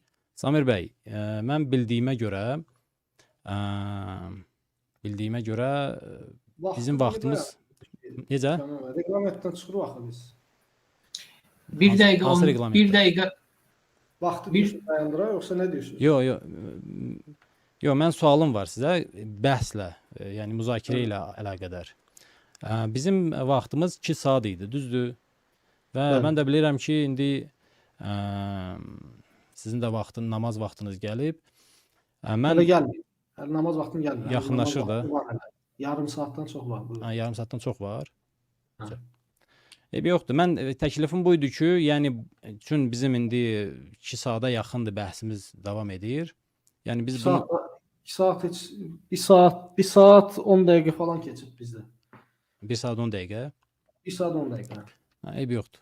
Yəni mənim təklifim buydu ki, bu da artıq Quran sünnəni başqa bir bəhsə, başqa bir günə çevirək ki, həm bəhs uzanmasın. Çünki biz başlasaq, fikirləmirəm 1 saat ərzində qutaraq.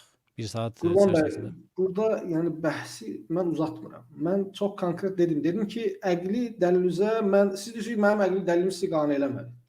Çox gözəl. Mən də sizin əqli dəlilinizi qane eləmədim. Mən deyim ki, keçək indi. Buyurun.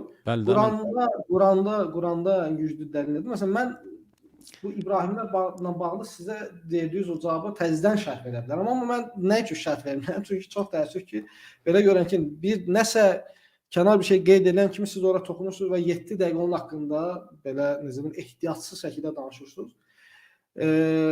Yəni ona görə mən deyərdim ki, buyurun əgər imkanınız varsa Quran haqqında, Qurandan ən güclü dəlil nədir? Məsələn, istəyirsiniz mən Allahın peyğəmbərliyi, nübüvvət haqqında ayələri göstərim, deyim ki, bax bu cür bizdə ayələr var ki, Allah Taala Rasuluna itayəti əmr edir, nübüvvət məqamından danışır, xüsusilə qeyd edir nübüvvət məqamı falan.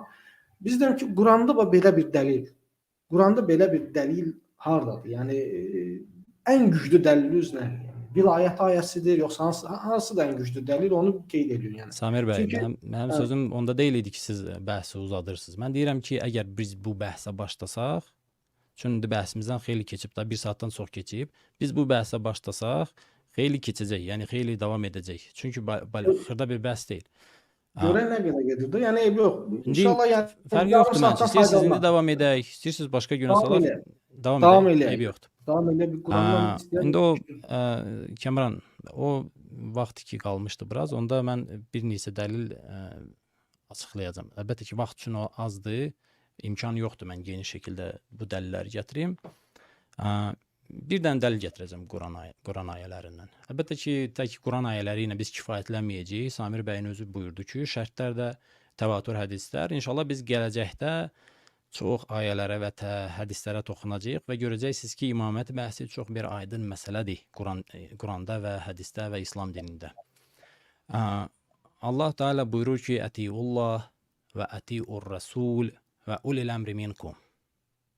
Buyurur ki, itaət edin Allahdan, Peyğəmbərdən, elçidən və əmr sahiblərindən. Hidayət edin əmr sahiblərindən. Allah, biz bilirik ki, Allahdan itaət etmək mütləqdir, heç bir şərti, qeydi yoxdur.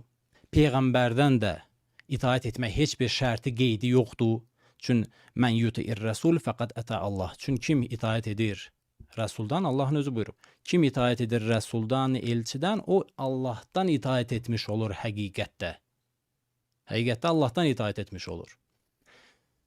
Bəs Allah ki buyurur, Ətiyullah və Ətiyur Rəsul, həm Allahdan, həm Rəsuldan itaət etmək qeydsiz və şərtsizdir. İndi burada 2 dəfə Ətiyu deyilib. Ətiyullah ki, Allahdan itaət edin və Ətiyur Rəsul 2-ci dəfə deyilib ki, itaət edin elçidən, Rəsuldan. Qurban, sizin vaxtınız qurtardı. Bəli. İmkan verə, Qurban, davam elə, nöqtə fikri tamamla. Tamamlayıram çox qısa şəkildə. Və 3-cü əti yoxdur ki, deyək biz o 3-cü əti ki, aiddir əmr sahiblərinə, o başqa bir ətidir. Xeyr, o həmən ətidir ki, Peyğəmbərə olunmalıdır. Yəni, əmr sahiblərinə olan itaət eyni həmən itaətdir ki, Peyğəmbərə olunmalıdır. Peyğəmbərə olan itaət nədir? Mən yuti'ir rəsul fəqət ətə Allah. Kim itaət etsə elçidən, o Allahdan itaət etmiş olar. Bəs əmr sahiblərindən itaət etmək, yəni Allahdan itaət etmək bu ayəyə görə. Bəs bunun nəticəsində başa düşürük ki, bu əmr sahibləri məsum olmalıdır və bu əmr sahibi ilahi bir məqamdır. O cür deyil ki, biri məsələn Məlun Əliyev ailəsi kimi məsələn hər cür yolla gəlsin hakimiyyətə və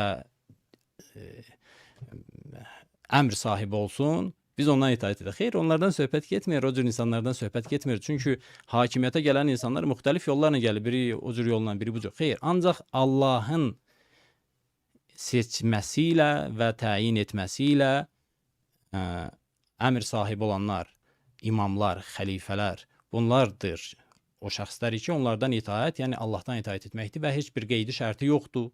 Və bu qeydi şərti olmamağı da budur ki, bundan dəlalət edir ki, bunlar məsumdur, xətasızlar və ilahi məqama sahibdirlər. Bəli, buyurun.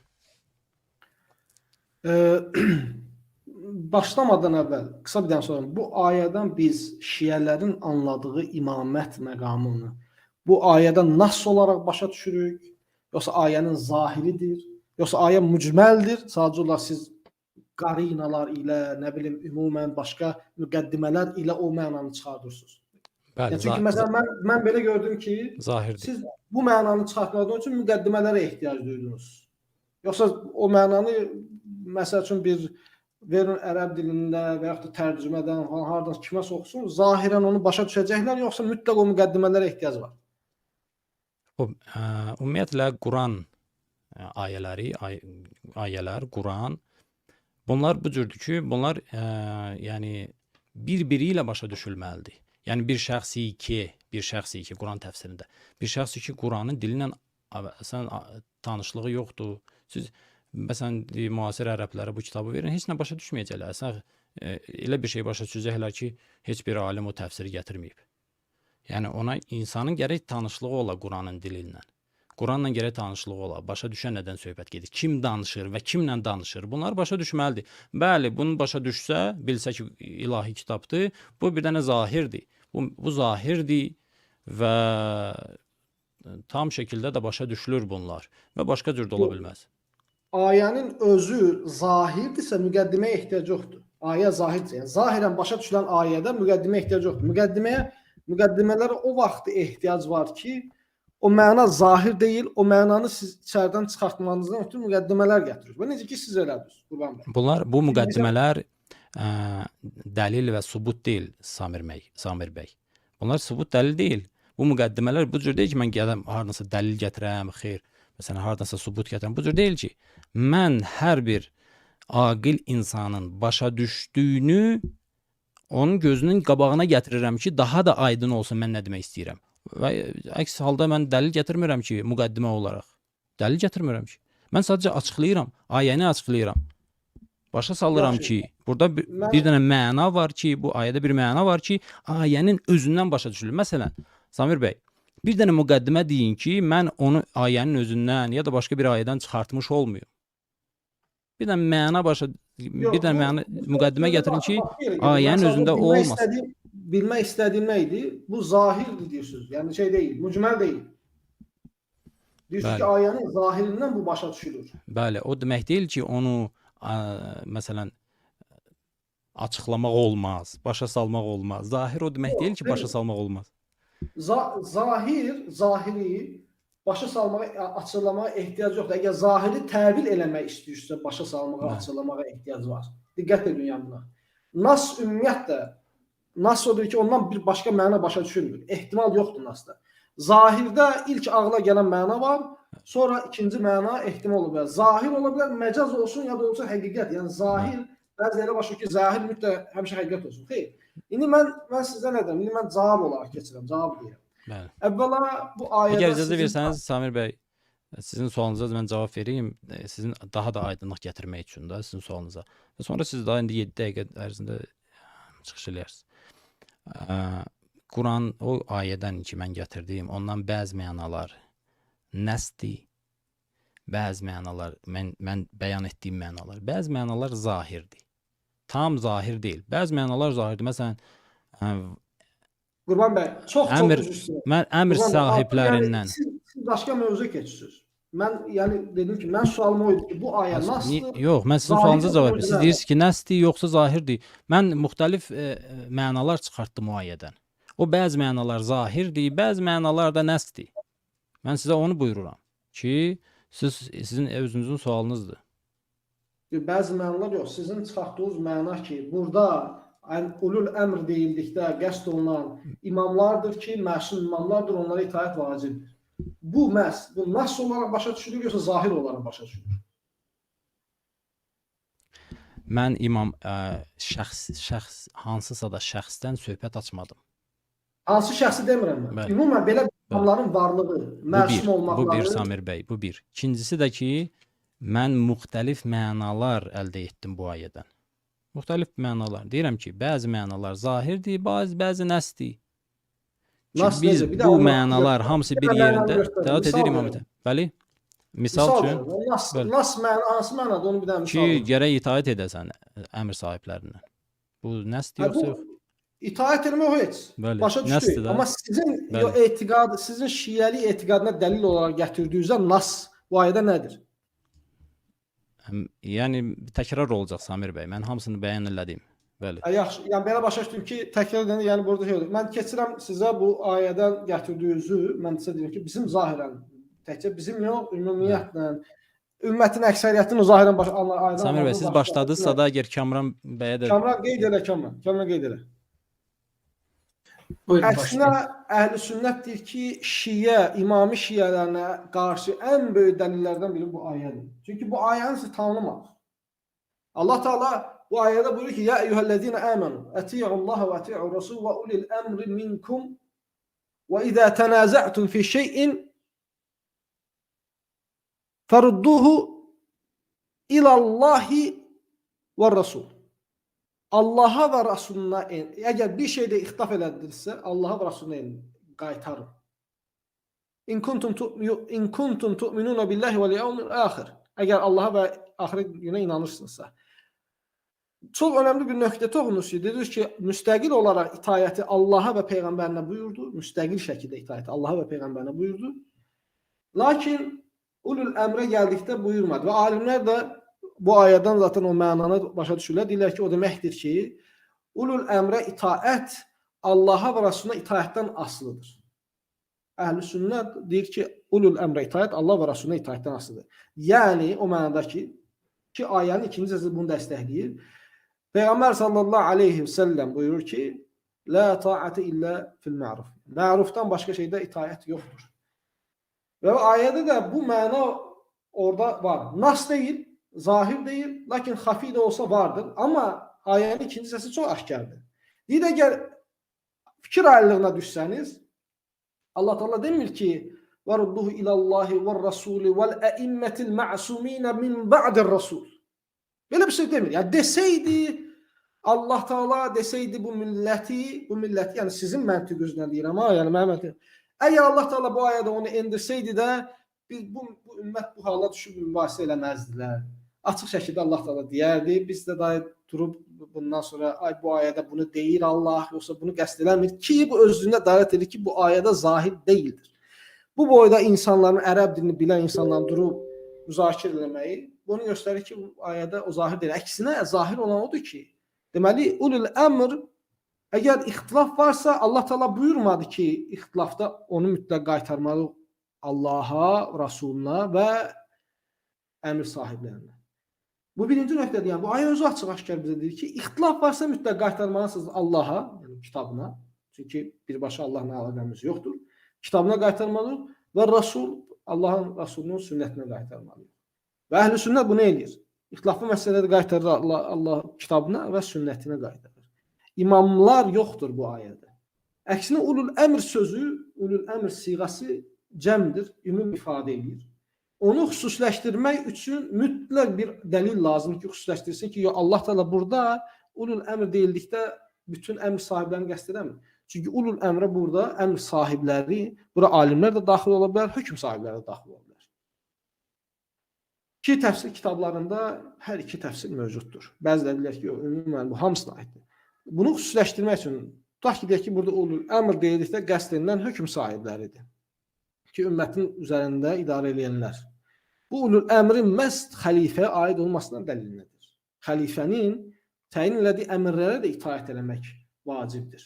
Ki, bu ayənin gəlir. Bütün ulul əmr sahiblərinə itaət eləmək vacibdir. Bu vaciblik də dediyimiz kimi ayənin özünün şərti qoşur ki, Allaha və Rasuluna müvafiq olduğu haldadır. Biz də şiələr də, sünnilər də ittifaq edirlər ki, imamlar məsum olsalar da, onların təyin etdikləri valilər, nə bilim, ordu başçıları və s. ki, onlara biz deyirik ki, bu ayənin gərayinə itaət etmə vacibdir. Onlar da məsum deyirlər.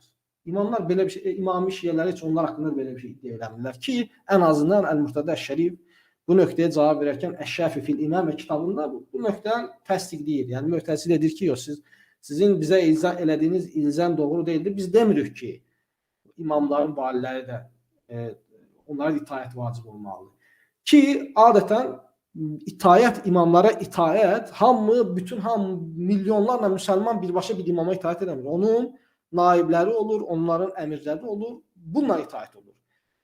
Əgər itaət, çünki oradakı o əmir təkcə imamdan yox, birbaşa vəlidən də gəlir. Çünki biz gözləyə bilmərik ki, hər bir söz mütləq yuxarıdan gəlməlidir falan. Əgər ayənin gərəyi ilə biz ulul əmrə itaət vacibdirsə, bu deməkdir ki, bütün, yəni əgər buradan biz məsumiyyət anlayırıqsa, bu təkcə imamlara xas olmamalı, bu məsumiyyət. Bu o zaman bütün əmr sahiblərinə xas olmalıdır. Ki, bu ayədə belə bir şeyi dəlil çıxartdıqda bu cür ziddiyyətə gətirib çıxardır. Ona görə deyirəm ki, bu ayə nə imamətə də zahirdir, nə də nasdır. Bunun ən aşkar misalı ondadır ki, Qurban bəy bunu izah eləməkdən ötürü bəzi müqəddimələrə ehtiyac duydu, nə bilim, bəzi belə deyək də, təvil akrobatikasına ehtiyac duydu ki, bu mənanı oradan çıxartsın. Əgər Allah Teala bizə hidayət kitabı göndəribsə, əgər bu Allah Teala'nın kitabında bizim üçün bu imamlar, Peyğəmbərdən sonra məsum imamlar vardır ki, onlara itaət eləməyimiz lazımdır buyurursa, o zaman sual çıxır ki, nə üçün nübüvvət qədər, tövhid qədər aşkar bir ayə indirmədi? Məsələn, mən biraz əvvəl dediyim kimi, əgər Allah Teala ayədə desəydi ki, وَإِذَا تَنَازَعْتُمْ fi şey'in farudduhu ilallahi və rasuli və el-əimmə el-mə'sumin min ba'dir rusul. Məsəl üçün belə bir min ba'dir rasul belə bir şey endişədir. O zaman heç bir ixtilaf olmazdı. Sual çıxır ki, nə üçün Allah Taala bu cür belə mücməl bir şəkildə əgər imamət qəsd olunursa niyə mücməl? Biz deyirik ki, imamət qəsd eləmir burada. Allah Taala imamət qəsd eləmir. Sadəcə olaraq qəsdi budur ki, Allaha, Rasuluna və Allahın və Rasulunun əmrlərinə, yəni təyin elədiyi əmr sahiblərinə, istər bu ordu başçısı olsun, istər vali olsun, istər Peyğəmbərdən sallallahu əleyhi və səlləm sonra xəlifə olsun, onlara itaət etmək vacibdir. Biz zaten Əhl-i-Sünnə kitablarını açsın, göstərəcək, yazılır ki, imamlara, yəni dövlət başçılarına, vəlilərə itaət vacibdir deyirlər. Lakin qeyd edirlər ki, o itaət yəni Qurana və sünnətin müvafiq olduğu şəkildə mübah və yaxud da müstəhəb və yaxud da vacib, hətta məkruhda belə deyirlər ki, yalnız haramda deyirlər ki, istisna edirlər ki, itaət eləmək olmaz. Yalnız mərufda itaət eləmək olmaz. Ona görə bu ayə heç cür, əgər sizin imamətə dair Qurandan ən güclü ayəniz budurmu? Mən əslində gözləyirdim vilayəti gətirəcəksən, Qurban sözünüzü. Çünki kitablarınızda adətən alimləriniz deyirlər ki, Qurandan ən güclü dəlilimiz deyirlər vilayət ayəsidir. Lakin yəni ev yox. Bunu da qeyd edirlər, düzdür, bunu da qeyd edirlər. Dediyim kimi ayə dəlilləriniz çoxdur, yəni bir deyil, çoxdur maşallah. Amma ən güclüsünü mən istəyirdim. Yəni o mənadakı o açıq aşkar o ayə məna başa düşürsün. Samir bəy, Tutardım. vaxtınız qurtardı. Qurban, Samir sual bəy, var bunun mısınız? ən güclü olmağı bundan ibarətdir ki, siz cavab verə bilmirsiniz buna. Nəsə də araşdıracağıq. Yəni mən ittiham etmirəm. Araşdıracağıq hal-hazırda.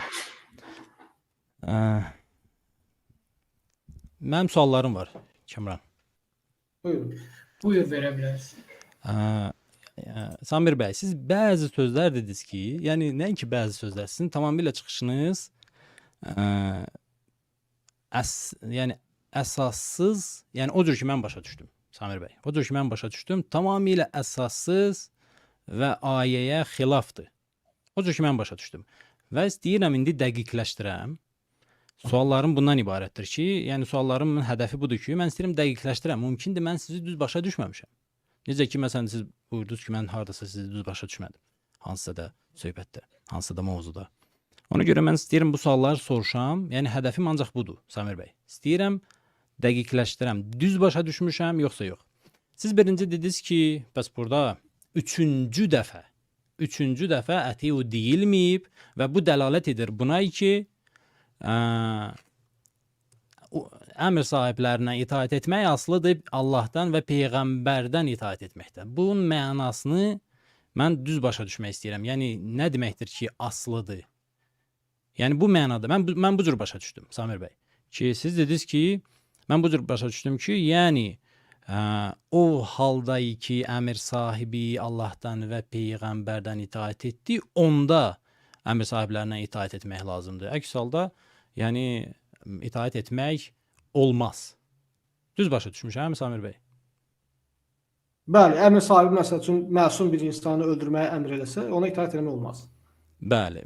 Bəs bu mənada bu mövzuda düz başa düşmüşəm. Tamam. Bəli. Üzr istəyirəm, mən burada yazım biraz özüm.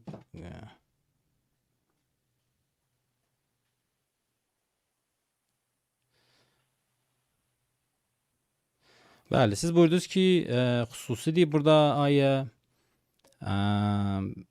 və hakimlərə də aiddir. Ümumi. Xüsusi yox, ümumi.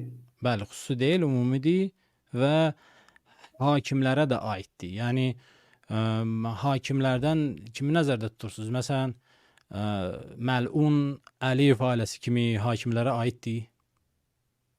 Yəni Kim? onlara da Əliyev ailəsi. Yox, minkum. Onlardandır da, yəni Kimdir onlardandır? Kimdir? Allahın qanunu ilə kim hökm verirsə ona aiddir. yox, ümumi şəkildə hakim, yəni hamı hakimdir da. Hamısı hakimdir. Bildim, Ümumi minkum. şəkildə. Ulul əmr minkum. Aha. Minkum, yəni kimlərdən? O demək deyir ki, mən indi İsveçin kralına itaət eləməyim vacibdir. Minkum, yəni Şər- kimdən? Müsəlmanlardan? Yəni Allahın hökmünə hökm verənlərdən, şər'i hakimlərdən. Aha. Bir də bu mövzuda ki siz dediniz ki fərudduhu ilallahi və rəsulihi ki qaytarın onu Allaha və onun rəsuluna. Bu necə əslən dəlalət edir ki məsələn buna dəlalət edir ki əmr sahiblərinə itaat etmək müqəyyətdir və şərtlidir. Necə dəlalət edir? Siz bunu isbat etmək istəyirdiniz də, əgər düz bax. Mən doğrusu deyim, tam başa düşmürəm siz nə demək istəyirsiniz. Çünki sizin dəlilləriniz mənim nəzərimdə əslən yəni heç bir əsası yoxdur. Elə bil ki, sadəcə istəyirsiniz, məsələn, kimsə başını qatasınız. Mən bu cür görürəm, Samir bəy. Mən belə deyim də, mən sizi başa düşmürsünüz, sözümü izah etməyə imkan verirsə, izah edeyim bir daha. Misal verərək izah edeyim sizə. Mən üzr istəyirəm, mən sözümü tamamlayayım, əgər icazə versəniz. Mən üçün başa düşmürəm, yəni nəinki başa düşmürəm, nə danışırsınız? Başa düşmürəm ki, əslən burada əsas axı dəlil deyil ki bu. Siz niyə bunu gətirirsiniz? Bu dəlil deyil. Mən bu nəzərdən. Ona görə mən özüm də artıq çalışıram sizi mükəmməlləşdirəm, daha da bir dənə vəcih gətirəm. Yəni bir dənə əsas özüm mən düzəldəm. Ona görə deyirəm, yəni siz burada mən belə güya belə dediniz ki, fərudduhu ilallahi və rəsulihi, bu deməkdir ki, əmr sahiblərinə itaat etmək şərtli və qeydlidir. Bu cür deyil ki, onlardan gərək itaat olunur. Xeyr, on şərtlə, bu şərtlə ki, məsələn, hardadır bu? Buradan hardan çıxardısınız bu şərti? Ayə çox aşkar deyir ki, münazəə varsa, çünki bu ayə bir ayədir, yəni iki ayə deyildir. Yəni siz bir ayə oxudunuz, mən qəbul edirəm. Dayandığınız yeri davam elədim. Bəli, qəbul Əgər edirəm. münazəə varsa, məsəl üçün əmr sahibi sənə bir şey əmr edir, buyurur. Sən xoşuna gəlmir bu sənə. Yəni elə bir şeydir ki, xoşuna gəlir. Sən həmin məsələdə əgər siz münazəəni başqa cür başa düşürsünüzsə, buyurun. Yəni münazəə var arada. Ya mən sizi eşitmək istəyirəm, çünki mən bu cür başa düşmürəm təbii ki, amma sizin nəzəriniz. Siz təbii ki, yəni deyə bilərsiniz ki, mənə izah verə bilərsiniz. Mən deyim ki, münazəə varsa, yəni münazəə varsa, istər əmr sahibi arasında, istər əmr sahibi ilə rəiyyə arasında olsun, istərsə rəiyyənin öz arasında olsun. İstərsə rəiyyənin öz arasında olsun. Aydındır, başa düşdüm. Nə şəkil diyorsunuz? Qaytarmaq bizə buyurur ki, qaytarmaq Allaha və Rasuluna buyurulur. Əgər mənim arqumentim odur. Əgər imamət mənası vardısa bu ayədə, nə üçün Allah Teala buyurmur ki, Allaha, Rasuluna və imamlarına, məsum imamlarına qaytarın demir. Sadəcə deyir Allaha və Rasuluna qaytarın. Yəni Qurana və sünnətə qaytarın. Aydındır. Çünki bu ayə başa düşdük ki, bizə ümumən hidayət rəhbəridir, düzdür? Yəni bu təkcə sahabə peyğəmbərin sağlığı dövrünə aid deyildir. Bu ümumən bizə düstur. Peyğəmbər vəfat etdikdən sonra nə etməliyik? Münazəə düşdü. Bax, sünnilərlə şiələr arasında münazəə düşüb. Biz deyirik ki, qaytar Allaha və Rasuluna, siz deyirsiniz ki, yox, şiələrə qaytarmaq lazımdır. Biz deyirik ki, ayədə yoxdur. Daha doğrusu imamlara, biz deyirik ki, ayədə yoxdur. Aydındır, minnətdaram. Elə bunu eşitmək istəyirdim həqiqətdə ki, siz bu mənanı nəzərə almısınız orada. Mən başa düşdüm.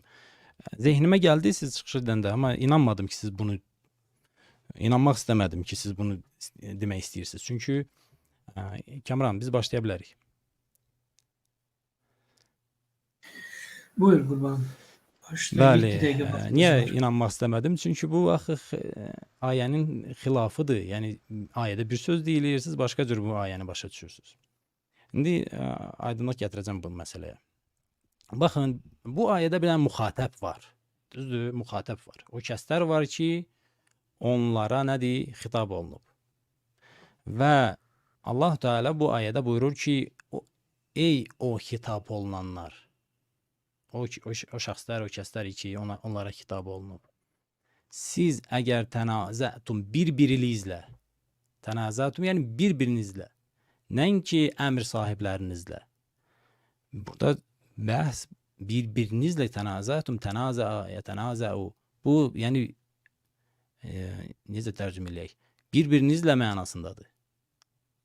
Yəni, bir-birinizlə əgər ixtilaf ya niza olsa, onda qaytarın. Amma təbii ki, burada heç bir bu məna yoxdur ki, biz bu mənanı çıxarda bilmərik ki, əgər niza etsəniz əmr sahibləri ilə. Bu bir. İndiki deyir ki, fərudduhu ilallahi və rəsuli, qaytarın onu Allaha və onun elçisinə.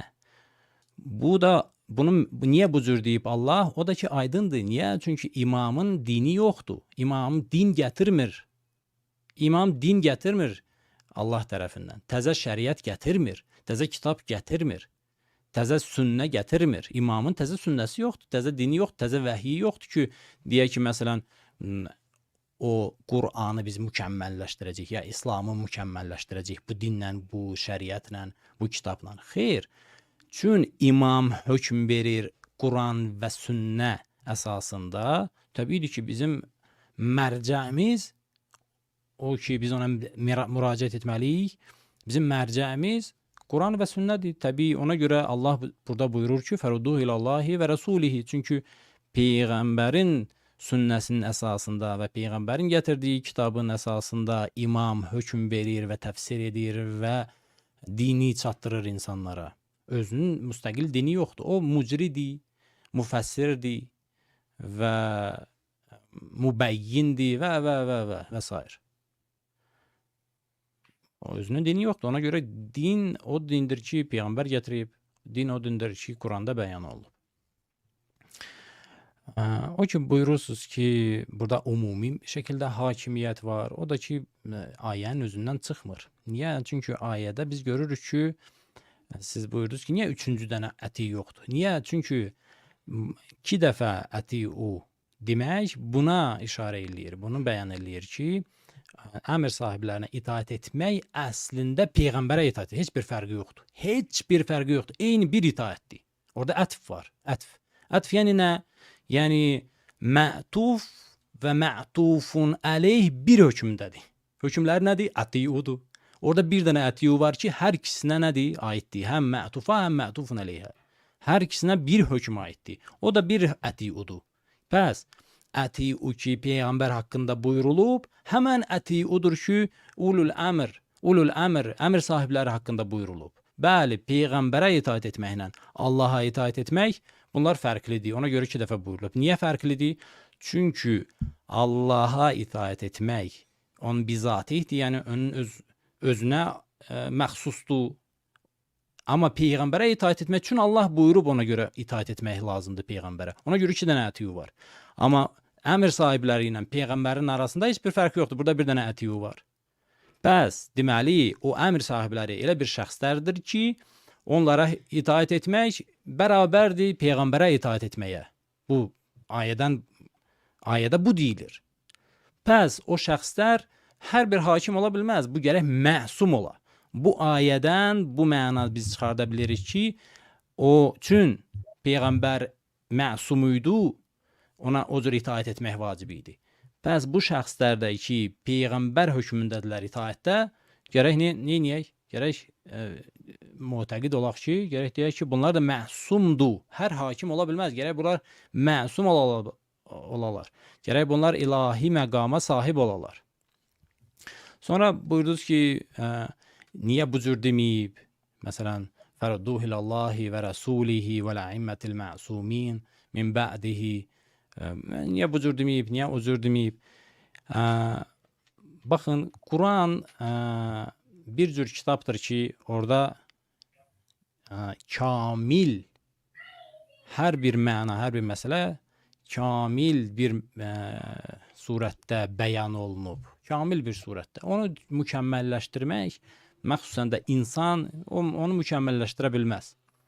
Ona görə o ki, imamət bəhsidir, o kifayət qədər ona dəlil var. Əgər insan insaflı bir şəxs olsa, əgər insan özünü muslim və muti və mumin qərar versə Allahın qarşısında, o qəbul edəcək, o başa düşəcək, ona çatacaq o imamət bəhsi. Kifayət qədər çatıb. Müxtəlif ayələr var, mütəvatir hədislər var ki, onlarda imamət bəhsi bəyan olunub, açıqlama verilib onun üçün. Amma gəlsin, məsələn, ad çəksin, ya məsələn, hansısa da şəxslərə işarə olunsun, adla, ya məsələn, filan surətdə, bu artıq Allahın hökmü ilə, Allahın hikməti ilə, üzr istəyirəm, Allahın hikməti ilə uyğun gəlməyib. Bu, Allahın hikməti ilə uyğun deyil. Hətta bunun üçün açıqlama da gətirərəm. Amma üçün bizim bəhsimizdən kənardır və Samir bəy də heç bir dəlil gətirmədi ki, bu bundan yaxçıdır. Bu bundan daha da məsələn fəzilətlidir. Heç bir dəlili yoxdur. Sadəcə öz düşüncəsidir. O cür düşünür ki, məsələn, bu cür olsaydı daha da yaxşı olardı. Xeyr, o cür deyil. Kim deyir daha da yaxşı olardı? Mənim dəlillərim və sübutlarım var ki, daha da yaxşı olmazdı. Bəlkə də ondan da pis olardı. Və məxsusən də ki, tarixə biz baxsaq, görsək ki, məsələn, Quranı necə ki peyğəmbər müsəlmanlara təqdim etdi, müsəlmanlar o Quranı qəbul etmədi.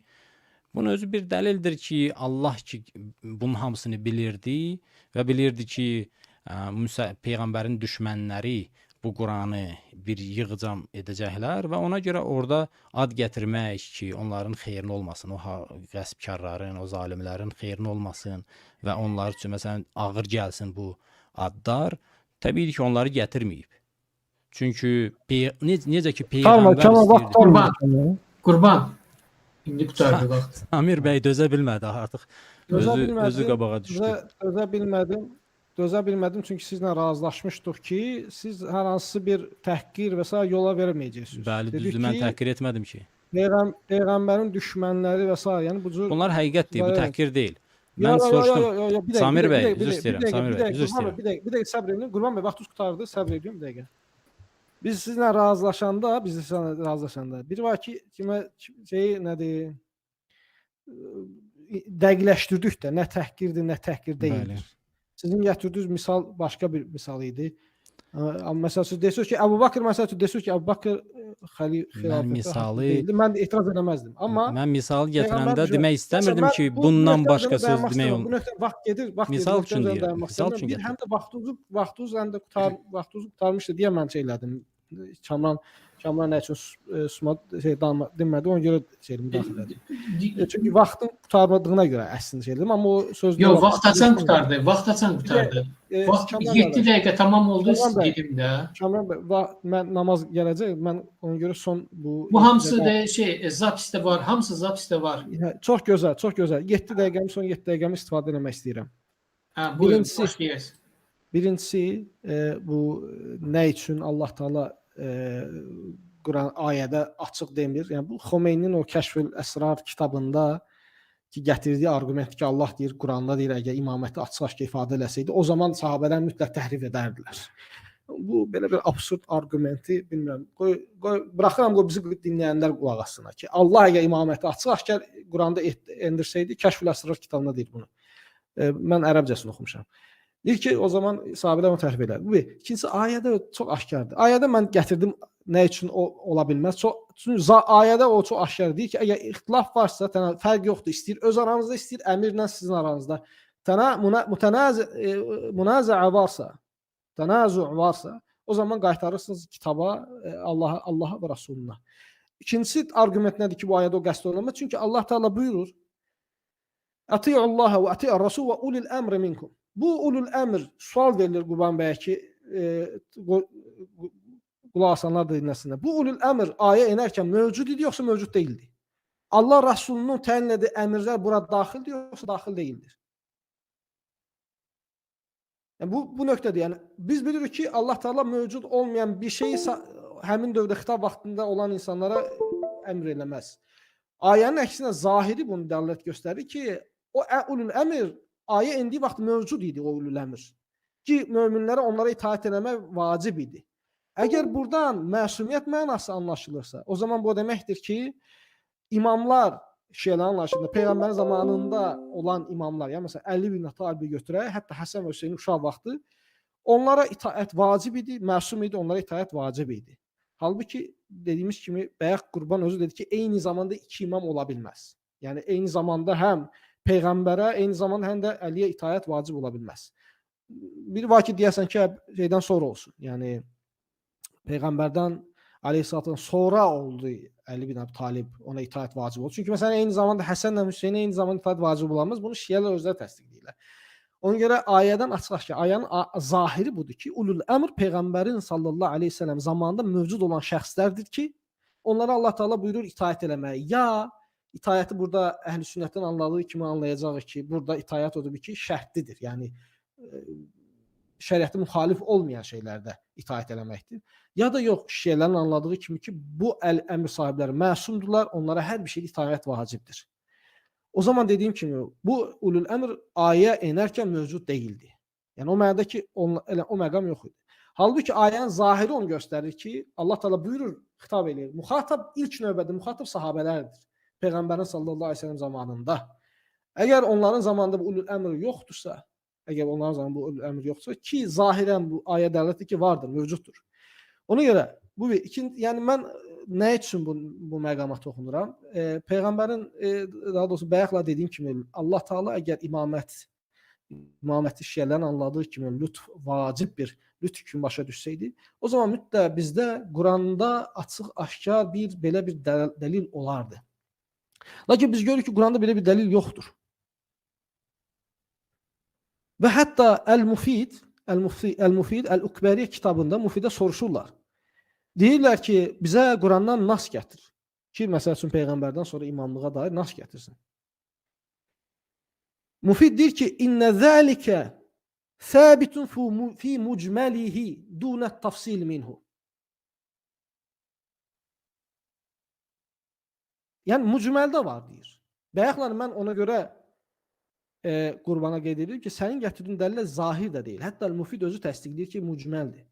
Kəmal Haydar özü etiraf edir, deyir ki, o dəlillər, ayələr ki, deyir, biz deyir, gətiririk, imamilər gətirir ki, imaməti istifadə edir. Deyir, siyaq deyir, heç biri deyir, ona müvafiq deyil. Nə istər vilayət olsun, nə istər bu əmr sahibləri tarix. Heç birinə deyir ki, siyaq istənilən nəticəyə müvafiq deyildir. Bunu Kəmal Haydar deyir. Yəni ki, şəhidə şəhidun min əhlihi.